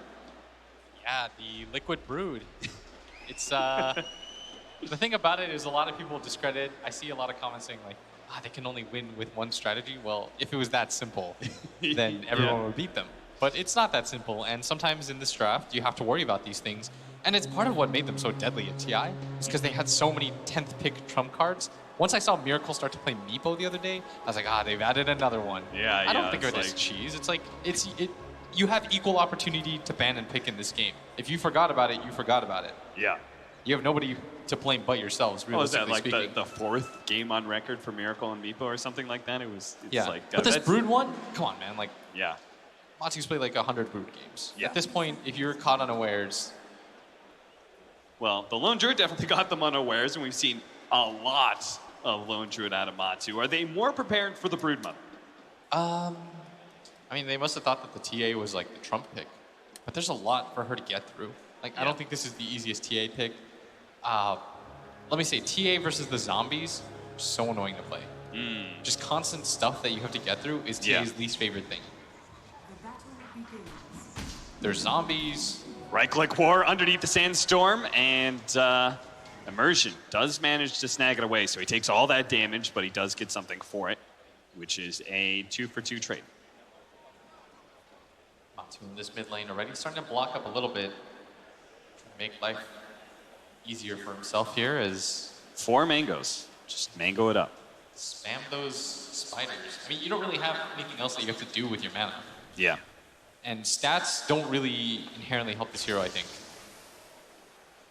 We're going to have once again, Gambit just keep on going with the same kind of formula in their off lanes, which is Afterlife's going to be the one showing in lane, and then we're going to just use our support It's not going to be Immersion this time. FNG is going to be the one to cut the wave, the second wave that happens, and just try and pull it all back. Meanwhile, Team Liquid with the exact same formula as well, where they leave Mind Control a solo off-lane situation and just try and go for the full defensive tri-lane as best as possible. I will say this was Afo's hero that he requested, right? I mean, he had the 10th overall pick. Yeah. So they clearly thought that this was the trump card. We're going to counter you with this. And it's going to be really good in the laning phase, right? Like we have the side blades just to be able to cut down the Spiderlings when they finally come out. Right now in the laning phase, he's just totally out CSing the Broodmother. 7-7 compared to 1-0. I think it's fine, especially because, I mean, you go 4 mangoes, you have no base damage. This TA is going to eat your Spiderlings, which doesn't really care that much. Like, if he gets another deny off, that would have been very helpful. Simultaneously, it is a Radiant side Broodmother, so he's got very quick access here to this this camp. That's where most of the Spiderlings are going to be headed. He's not going to try and feed them too many times to the Templar Assassin. So yeah, overall, how do you think this laning phase is going to go? Is this going to be an advantage for Gambit? I mean, it seems like they're already winning the mid lane, and I don't really see how top goes bad. I mean, it's a troll. I feel like it's always hard to pressure a troll. I'll say it's never fun to play against Miracle free farm morph. Like, you know what makes him such a good morph for me is when he actually becomes another hero. Yeah. It's so scary. It's like you didn't even get to see his full kit because the Nyx was so underleveled. That was like, I guess, the upside of Immersion being so underfarmed. He didn't have high levels of mana burn to utilize as well. Yeah. Mind Control gonna get kicked back into the center here. Has to Burrow Strike away. He does have a Fairy Fire as well as a healing salve, so I don't anticipate he dies here, but Immersion really does want to cancel some of that regen. If he can get the Rolling Boulder up in a second with the Orb of Venom, nah, he's not gonna go for it. And a little bit more passive in this laning phase. And his Nature's Prophet was so active in that previous game. And the best part about playing NP is once you've taken enough towers, you'll get your net worth. You'll get a few last hits with your ulti too. It's bottom lane. You know what I really like about this is that the support lane swap is so good for Gambit, right? Because the Earth Spirit wouldn't be able to do anything against the defensive tri-lane. Right? And then on top of that, the Warlock is really good against the Undying because you naturally lower his health pool, meaning the heal is even more effective. But Afterlife is going to be caught here, and then it's going to be your first blood for Miracle. So not just a free farming Miracle Morphling, but one that is also getting kills as well. Mind Control does have a Burrow Strike through the two of them and has a Sandstorm up if he wants to dodge this last hit from Dahak. He does also have a Magic Stick with a roll in. It's going to land, but it's not enough damage. They don't have the vision either. Mind Control lives, yes, but he has to walk all the way back to base compared to our Centaur, who just kind of died and returned immediately. Yeah, and look at this bottom lane. This FNG just going to TP out once he connects the two waves. Trying to make life easier for his offlaner. Hasn't had the best of time so far. As mid lane, TA just continues to dominate in the CS charts. Timaman going through his mangoes, also has the Soul Ring now. And this is where Afo has to be careful. And there's a lot put on you when you get the 10th pick like this.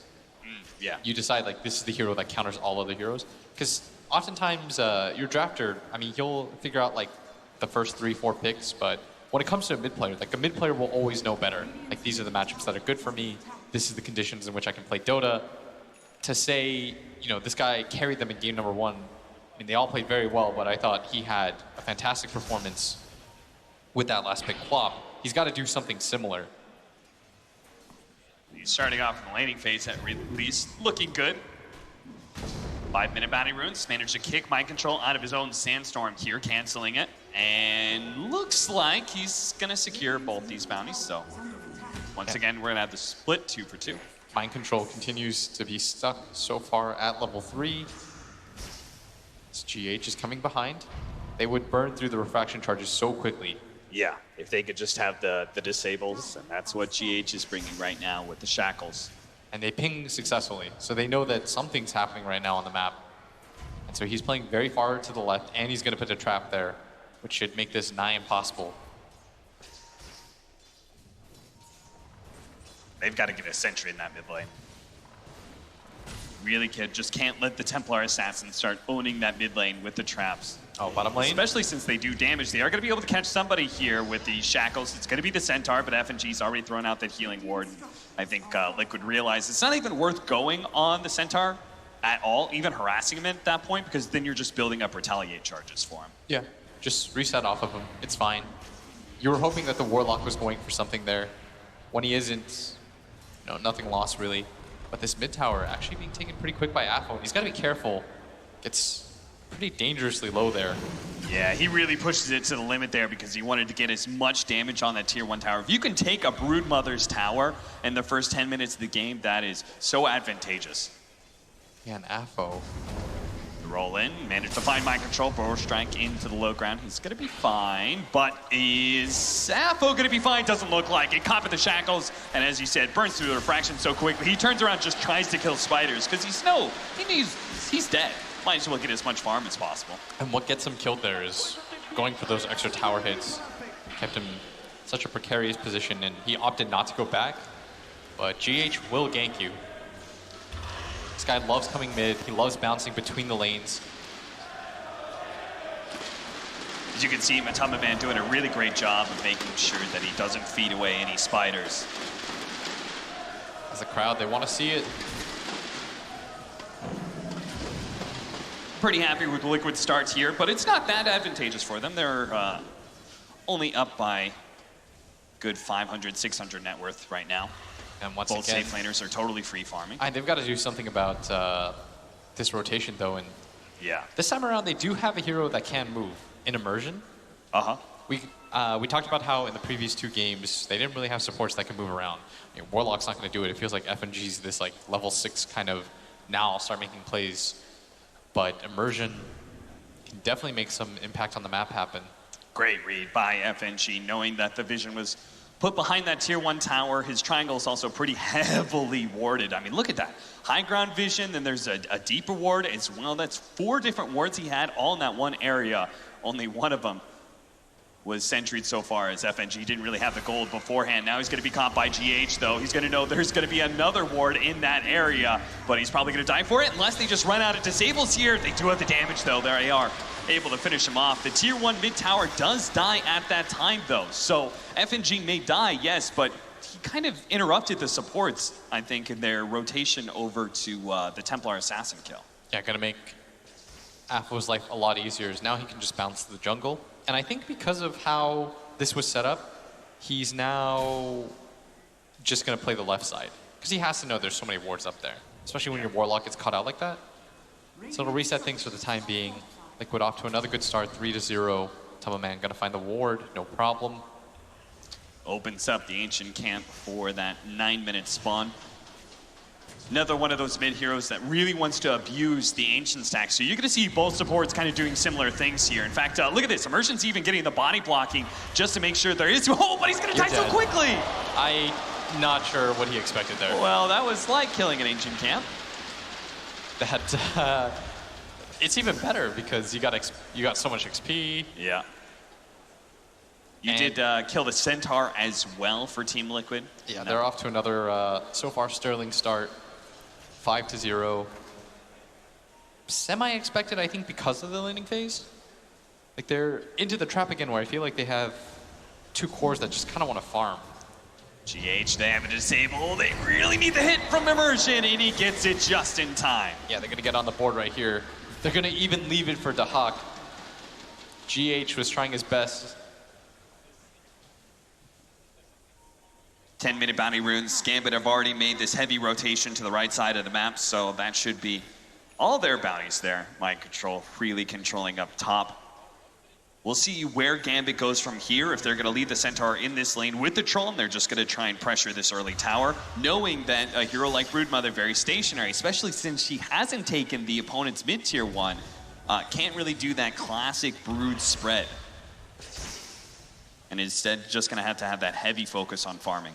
Yeah, when you protect that mid tower, you just deny her your own triangle. That's the bigger part, is what Immersion should have known. Getting rid of her own Ancients, I think, is way too ambitious. You just don't have the heroes that have the lockdown to kill her at that point. Yeah. You need your Centaur to be a lot more farmed to just be able to run at her.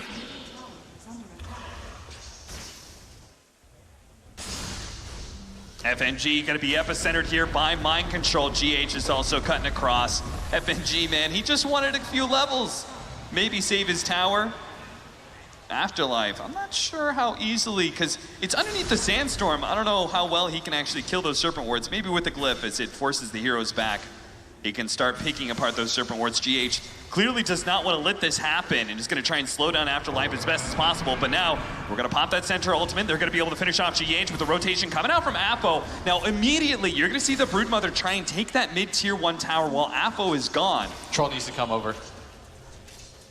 And he will, as well as Apo. They're both going to return. That was just a great rotation. Very fast from Gambit. Yeah, they didn't commit the TATP. That was the big part about it. Yeah. But once again, anytime you do a move like this, Liquid also feels okay because, I mean, they've got a Miracle Morphling just absolute free farming. Hasn't been touched. Highest net worth in the game by 300. Another safe laner that is great at being able to take that tower by himself. Not much the Troll could do in that situation against a 3 Wraith Band, Power Treads, and Yasha Morphling. Yeah, both Morph and Brood flirting with that top net worth. Just goes to show you how well both their cores are doing. Yeah. Meanwhile, Liquid have really slowed down the Templar Assassin by routinely invading into that area, getting some blocks onto the Ancient camps and such. She does have Deso now, though. This is very good Deso timing. Partially because she was able to take the mid tower and get the last hit on it early on.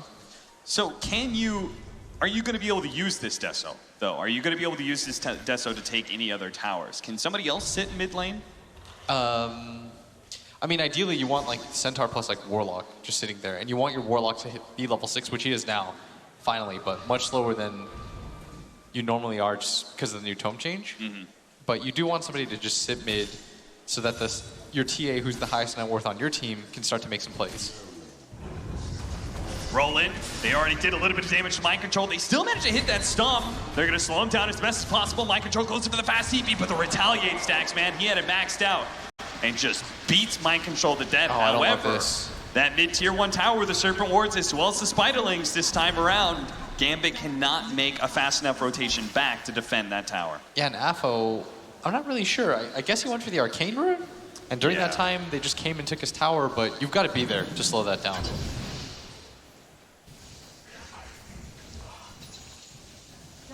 Well, at least he'll be able to farm the Serpent Wards up. But this does mean if the Broodmother continues to go for this, especially now that he's got the Diffuser Blade as well as that the Medallion of Courage, there's so much kill power on this Broodmother. If she starts controlling that mid lane, starts pushing in it a little bit, starts controlling up the dire side. We're going to see him go for the kill now onto Apo. That's where the center ultimate is going to be popped. Stampede allows Apo to get away from that Broodmother when the Diffuser Blade is used. That's going to be a very good tool to disengage off that Brood. And a good tool to maybe catch out the Broodmother every once in a while as well. This is a really cool feint here from Gambit. They were 2 behind to Hawk, and then they actually smoked and thought about moving somewhere else. They're going to return to the Troll, though, just in case Liquid try and make some sort of defensive play. I don't anticipate it, mostly because you got a Morphling who still wants to farm right now, doesn't want to fight. A Broodmother who can't really move that well around the map. Yeah, and you want him to farm. Like, you're okay, I think, with the pace of the game. Yeah.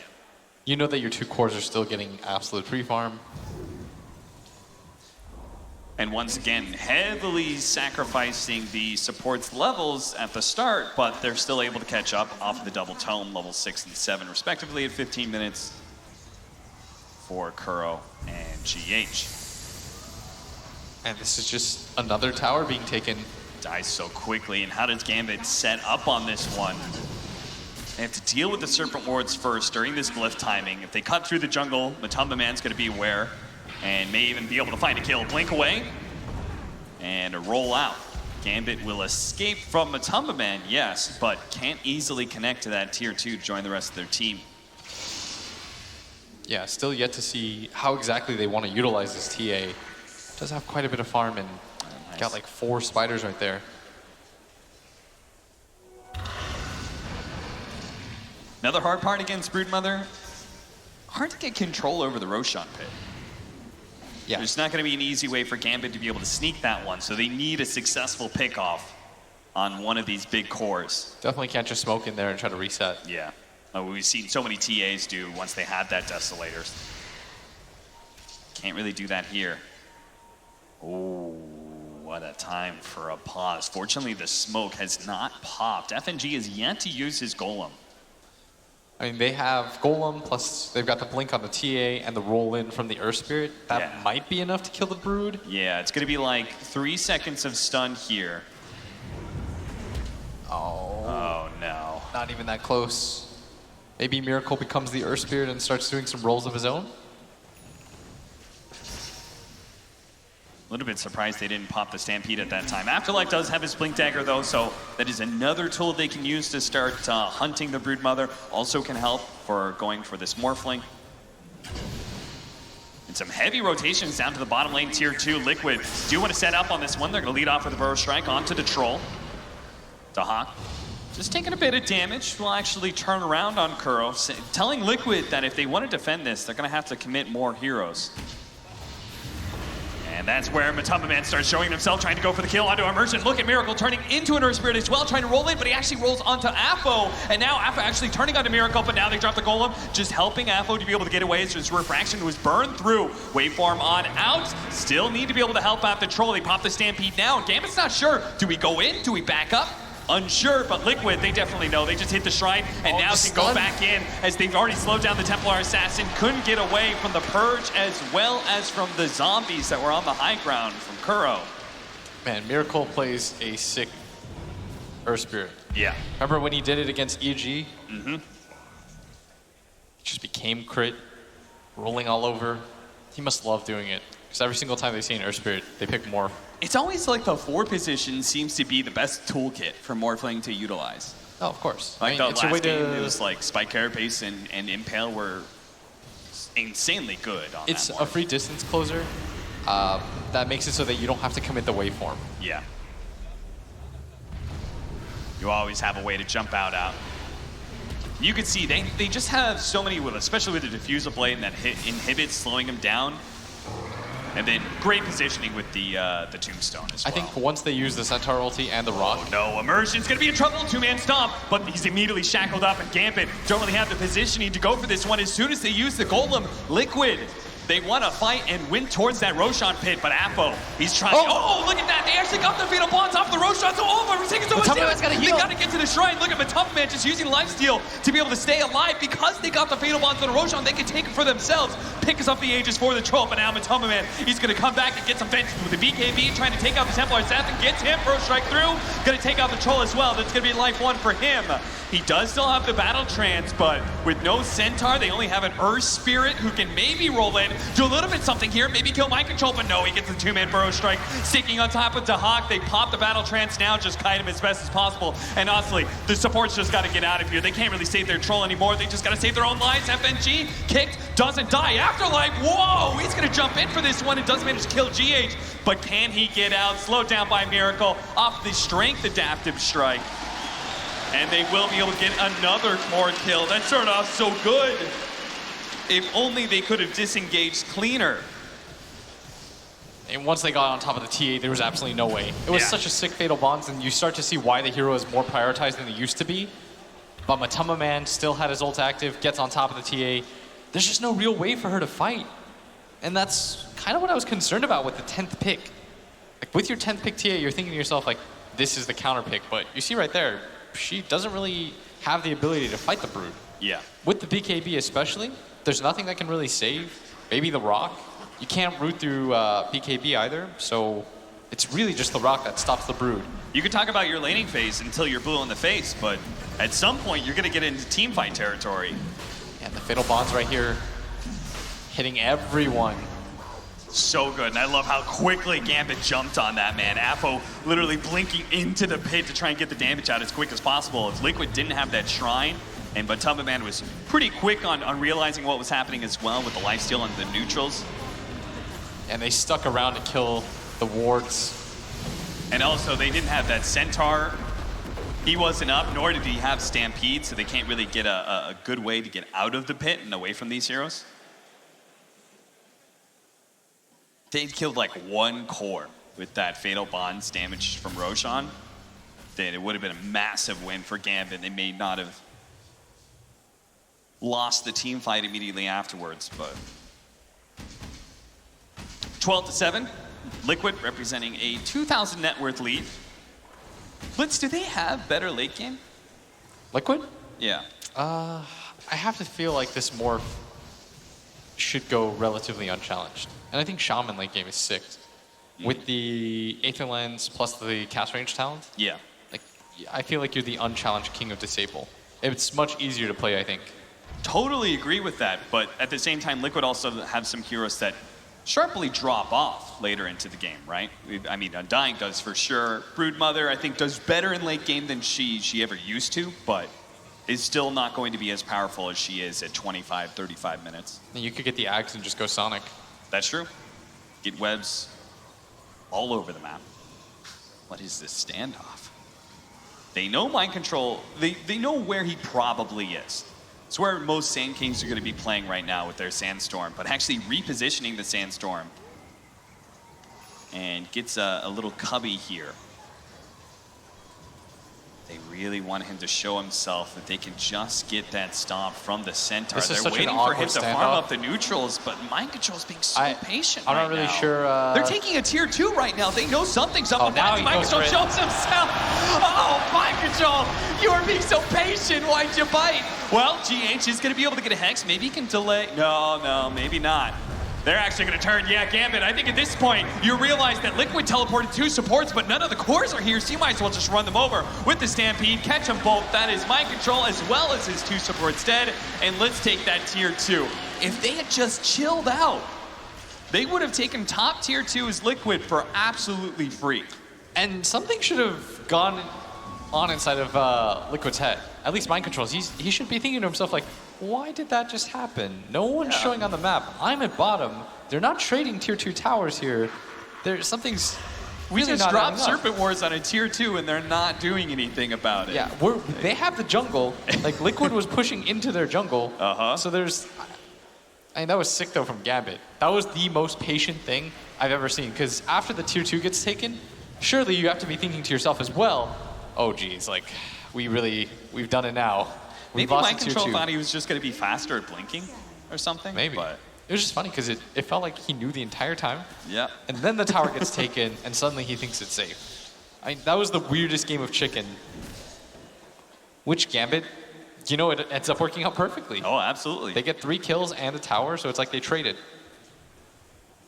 Traded very nicely. They just finished the BKB on the TA too. So it's not like they wanted to fight top.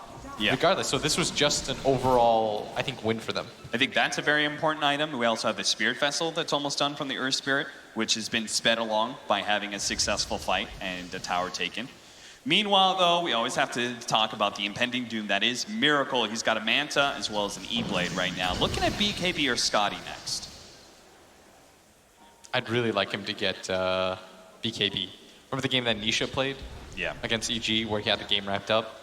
You don't have to be so cute. Your E-Blade does so much damage already. You just want to make sure that you can get it all off.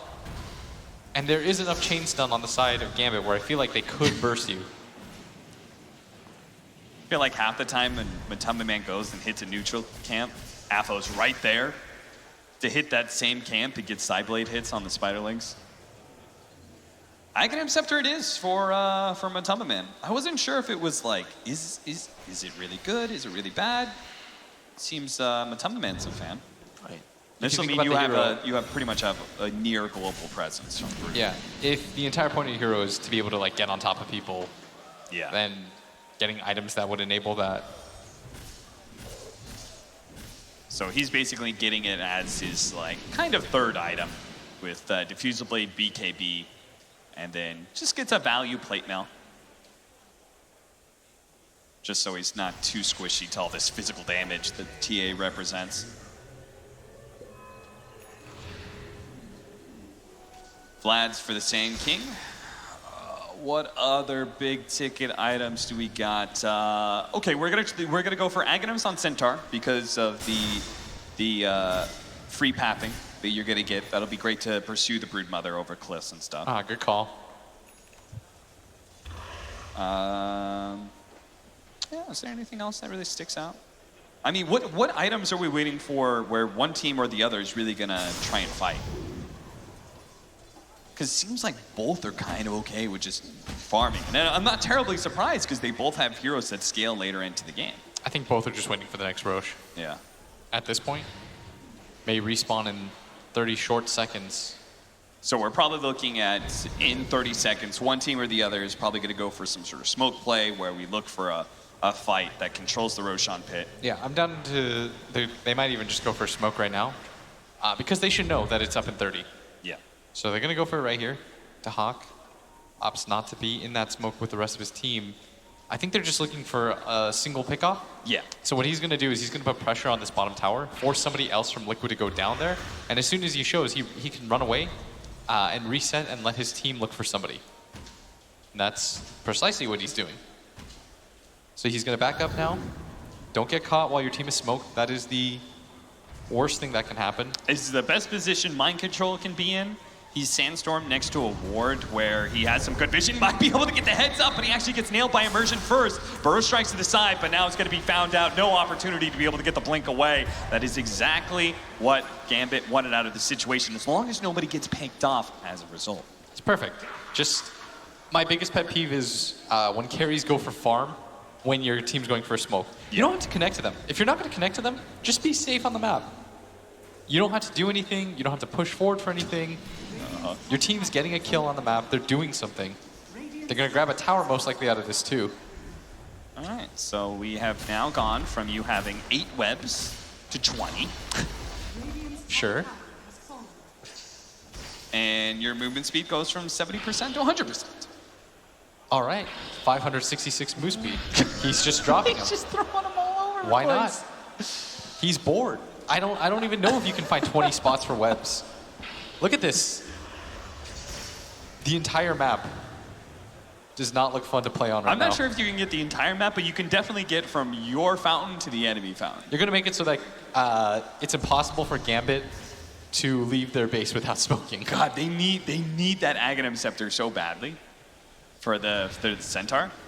They're going to run into Kuro here. Not the greatest, but I almost feel like that's better than running into the Broodmother. Oh. But maybe they can catch more. Immersion's going to keep on rolling forward, hoping that he's going to catch somebody else. There is a BKB now on this Morphling, so they have to be a little bit careful, just hard committing for him. Yeah. And he did go for the BKB. He learned from somebody else's mistake. Yep. Speaking of, yeah, we do have that BKB on Matumba Man. So this Spirit Vessel is just not going to be that useful, sadly, for the Earth Spirit. It's supposed to be a good item against the Morphling as well as this Broodmother to limit the regen factor of lifesteal or going full strength, but they both have a way, multiple ways in fact, for the Morphling to be able to dispel that.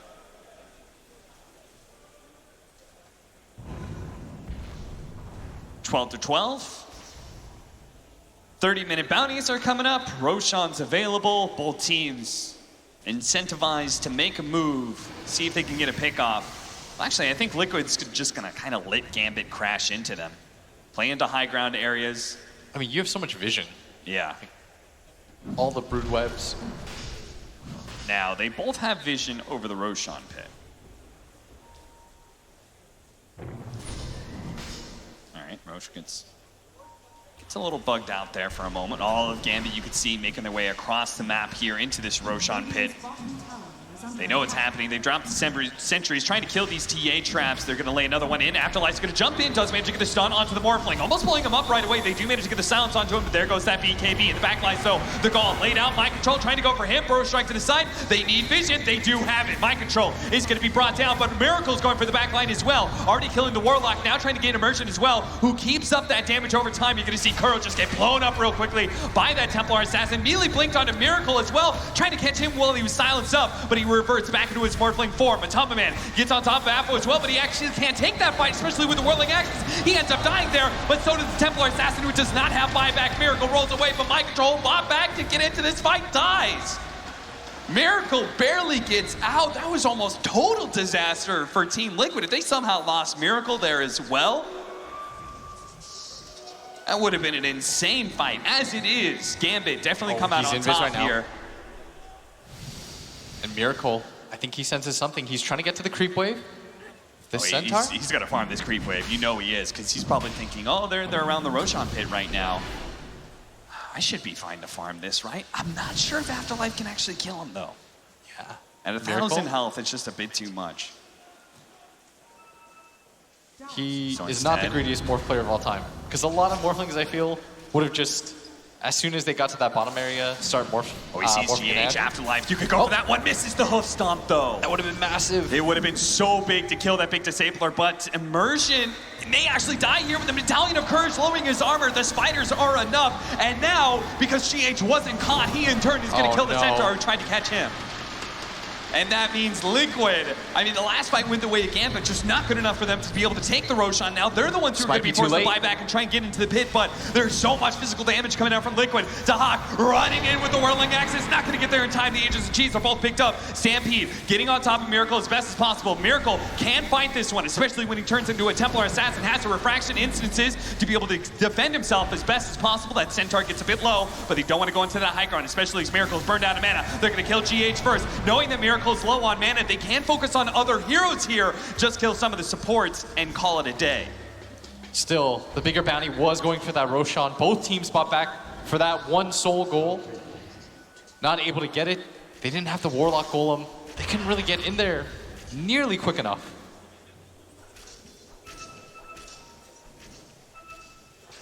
Soon we're going to have an AC for Matumba Man, but we'll take a look. What a back and forth game 3, though. Last engagement.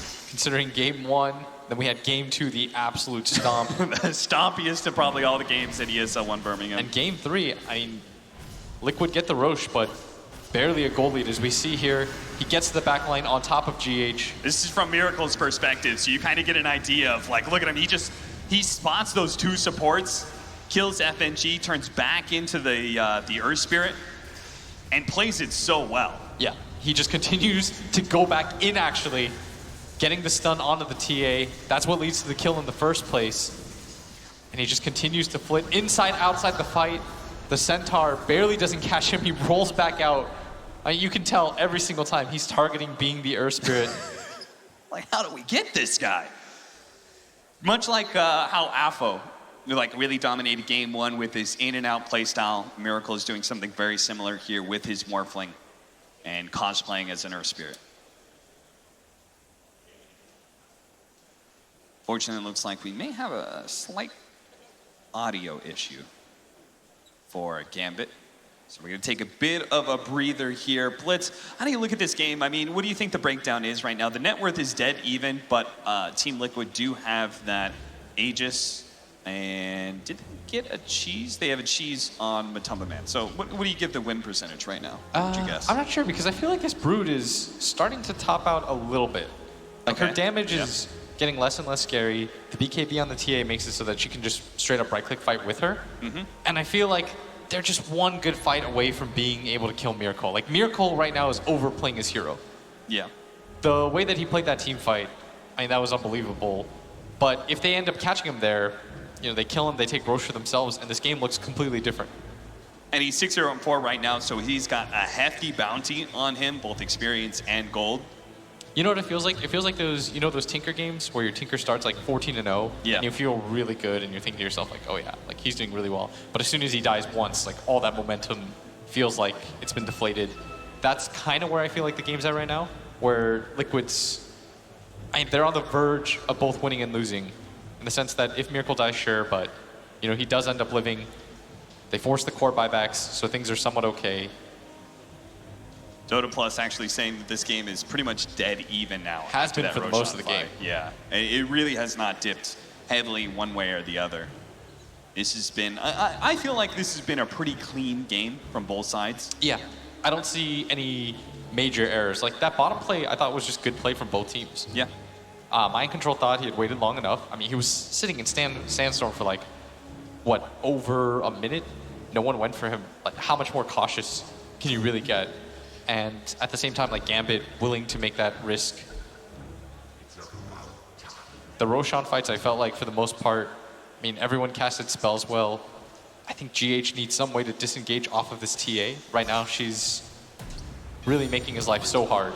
And that's just in general making the game more difficult because Liquid really relies on that CC that he brings.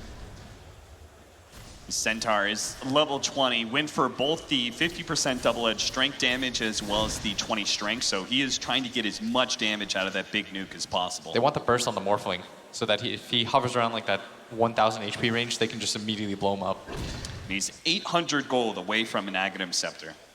That'll help his team run down the Morphling and the Broodmother, but also give that big defensive boost to some of these heroes like the supports in the back line.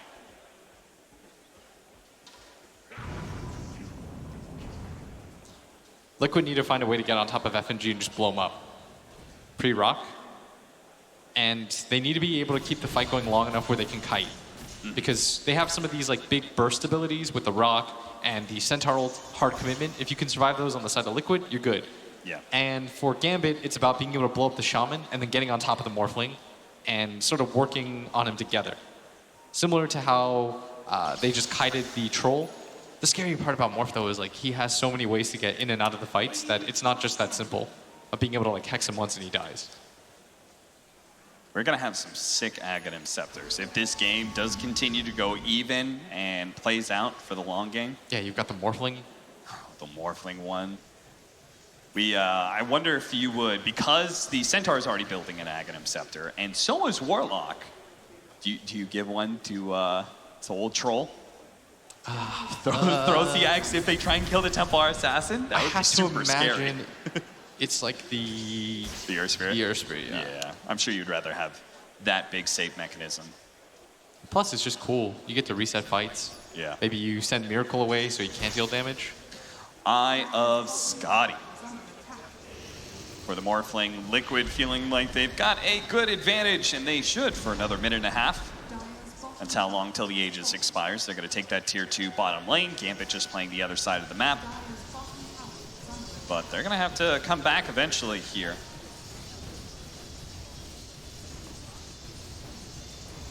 A lot of circling going on right now from Afterlife. These areas, I'm not sure if they're just drawing where Liquid is right now and where they're going to be moving around. But sure enough, Gambit starts showing up. You know they've got to, but again, Liquid can do the same thing they did in Game 2, which is they can kind of split push you pretty heavily. They're going to be able to jump the Morphling here. There's nothing too urgent about this. They aren't going to be able to get that Mel Bash in as the Templar Assassin hits level 25. So that's something that Liquid will have to worry about for sure. But they do get a tier 3. You can reset off of this. They get 2 tier 3s, and as a result, they're going to go for the Shrine. They know that the Aegis is about to run out. I think, weirdly enough, that's one of those situations where both teams are sort of okay with it. Liquid thinks to themselves, we got 2 tier 3 towers, we've opened up the map further. We put Gambit in a position where if they lose one clean team fight, the game's done. And for Gambit, they've got to be pretty happy that the second Roshan of the game doesn't just straight up lead to racks being taken. Yeah. All that net worth that Liquid just gained, though, is going to help them for that third Roshan fight that's coming up, or maybe just a double damage fight. So they wait around this power rune for a little while. He does so much. 700 a hit with this DD. Oh, boy. More than that when he's near the Vlad's aura. They've got to be so careful. He's got the waveform hits, so quickly kills the creep wave, and I think a Gambit, seeing that, should play a little cautious. They're actually going to bait out immersion here. Do you really... this is still a pretty scary fight. The DD Morph, it's active for some time. Oh boy, they're going to come in with their waveform. They're going to try and fight this one out. The Golem does finish stopping. The battle trance goes down. Miracle with his BKB, though, should be fine. Dahak is actually healing up a decent amount when they got to the back line. They're on top of him right now. Miracle, they actually do manage to get on top of these. He's rooted strength as best as possible. He's rooted down. They're trying to finish him off. The Earth Spirit turn in, kick away. Can he actually get out and turns back into the Morphling again? Gets healed up, bash down. He finally does fall. 3 dead on the side of Liquid. Kurl's going to get cleaned up, and I'm not sure if Matama Man can do enough to stop this, but if he can kill the Hawk, it'd be massive, and he does manage to get him. But Afo turns around, kills Kuro, trying to get a lot of damage onto Afo off of the side blades as well. 4 dead from Team Liquid, as apparently the double damage doesn't make a difference when both your Troll and TA, they squad up to just take down the big boy of Miracle. Yeah, and the game becomes so much easier once GH is out of the picture. Because now that these BKBs are getting lower, Afo understands we need to just kill the Shaman, then we can split up the fight, and we can just sort of all in on this Morphling. The Brood itself doesn't do enough damage right now to scare them. He's going to build what looks like a Hex, which I think is completely the right idea there. I mean, this is a Morphling without Lincoln Sphere because he's felt like he hasn't had to worry about that part. So if he can Blink Scythe and then Meld Bash him. They committed so much to trying to kill the Hawk there. They overcommitted. Yes. And they had the DD morph, but he wasn't really able to get on top of anybody. I think they also got, I mean, it was a sick rock from FNG, just timed perfectly to get the Battle Trance off. Yeah, and you see Miracle right here, with the DD, has to run away now, because he understands that he just can't fight this guy. There's no point. So this effectively wastes the DD. Them being able to save the Hawk with that rock. Looks like Spiders have currently taken the range barracks and brought the other range barracks down to about half health. So this is going to be one of the problems of losing your tier 3s, is that your buildings can just start getting chipped away. What's GH have right now? Because I feel like he needs...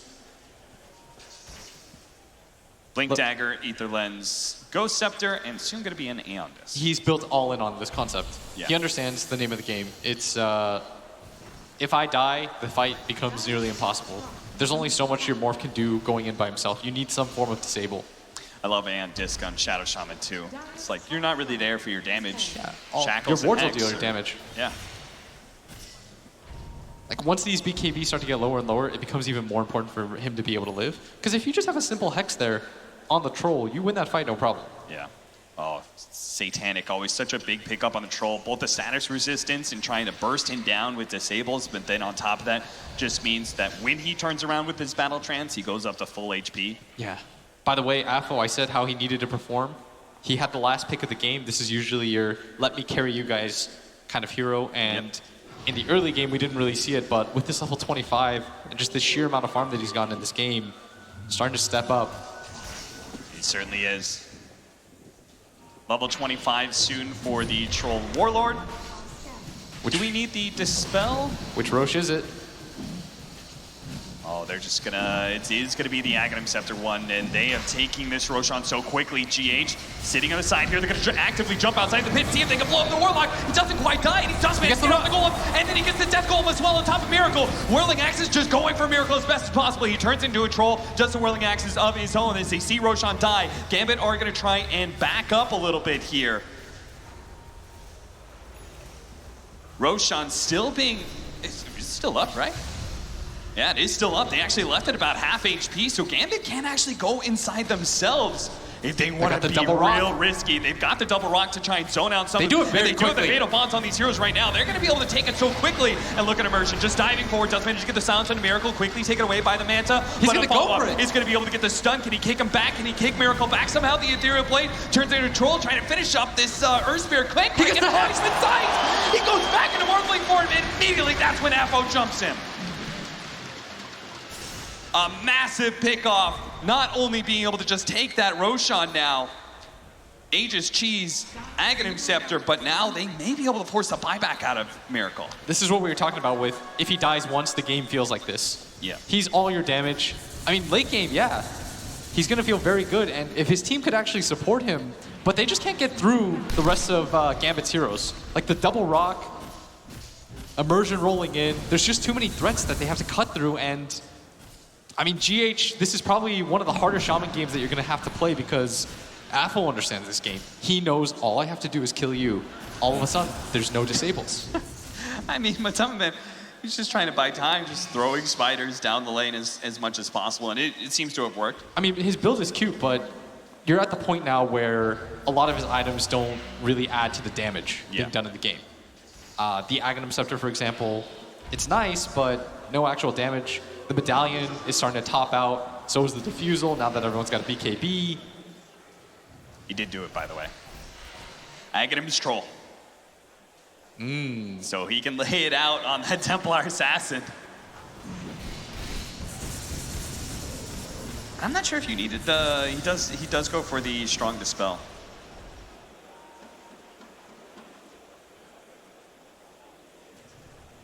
So that means they try and like chain stun the TA or anything like that. Somehow they get the jump. He actually has a save mechanism for him now, not just the Warlock Golem. Do they have a Vlads or anything on their team? I'm sure they do, right? That's got to be Afterlife's job. No, he doesn't, because he had to go for that fast Aghanim Scepter. So they don't have a Vlads anywhere there. It would pair very nicely with that, being able to reset the TA. Yeah. But... And you always love it when you have a troll on your team. Yeah, 10,000 gold lead right now for Gambit as Liquid, they look to this Brood Mother for game number 3, but last 2 team fights have all been Gambit. They've done such a good job of getting their 2 cores on top of this Morph, and now this Hex. Miracle's not able to play that margin as close as he used to. And soon Dahak will have some extra disables as well, as he's going to be going for the Basher Abyssal, I'm sure. And with still plenty of time left on the Aegis, they're going to start beating on the tier 3 here. They need to get to Gambit's backline, but FNG so well tucked away. Well, that's where Matama Man can come in. With this fast movement speed, they actually caught one. That's going to be GH. Shadow Shaman immediately buys back. That's going to be 2. Kuro Dice as well. But there goes Matama Man. Does manage to find FNG, the Stampede, and he just runs away. Burrow Strike onto 2, but Mind Control, he just came back and now he's dead. They're going to buy back on their supports as well. The Super Ward down. Apo's almost dead, trying to finish him off. He actually does manage to go Scepter a little bit, and then he's going to be okay. That's actually the Aghanim Scepter from the troll, buying him more time on his Aegis than is just the first life, though. A lot of Gambit are quite low, though. Miracle turning in. He actually got the Fatal Bonds on multiple heroes. Did they get the damage up? And now Miracle's controlled up. They can't let him die here. He's being controlled. The 4-step. BKB turn around. He actually gets it. He's going to be able to kill one fighting Dog. He realizes he's in a fight he wants to take against both him and the TA. He's trying to draw him away. Turns back into the Warlock. He's giving himself a heal, but it's only him and Matama Man fighting someone out. You think he'd kill Immersion, be massive, but the zombies not going to be good enough. Now they're trying to help him out as Dog stakes on top of Miracle. Turning instead, going for the Brood Mother. Now Immersion rolls back uphill. Another side, a fatal bond between the two of them. It looks like Miracle and Matama Man going to die here together. His Team Liquid. Miracle's just doing anything to give them more chance because they've got no buybacks except for him. 1 versus 5. Miracle did it once this tournament, but I don't see how he could do it a second time. As Gambit see, this is their opportunity to eliminate Team Liquid here at ESL 1 Birmingham. They're going to go for the tier 4s. They're going to go for the second one. They're going to go for the throne and force Liquid out of this tournament. GG! Unbelievable game they played. You saw the last fight, Matama Man just went straight for FNG after he used the rocks. That's the desperate position that he was in. Yep. He thought to himself, I actually deal so little damage that there's no one I can kill. Absolutely beautifully well done by Gambit. A well-deserved victory, especially after bouncing back from a tough game 2 like that. You saw them in the drafting phase of game 3. They didn't look mentally crushed at all. They were laughing a little bit. They were smiling. It seemed Apo was pretty happy with his last pick as well. Just really well done by Gambit. So happy to see them move farther here in this tournament. Both times he asked for the last pick, he got it. Yep. Carried through to the game, and what an unbelievable result. Crazy good. I mean, this is beating a Team Liquid that just managed to get second at the last major, which was not that long ago. Gambit showing that they can hang with the biggest of dogs. Have to give so much credit to FNG as well. Dude. With these drafts. Yeah. After game 2's draft, okay, he's like, we need to. Game 2. We need to go back to what made us strong. The ability to team fight Liquid, to get catch, to run on top of them, take these Roche fights. Let's make life easier for ourselves. Don't get too greedy with this. Oh, yeah. I mean,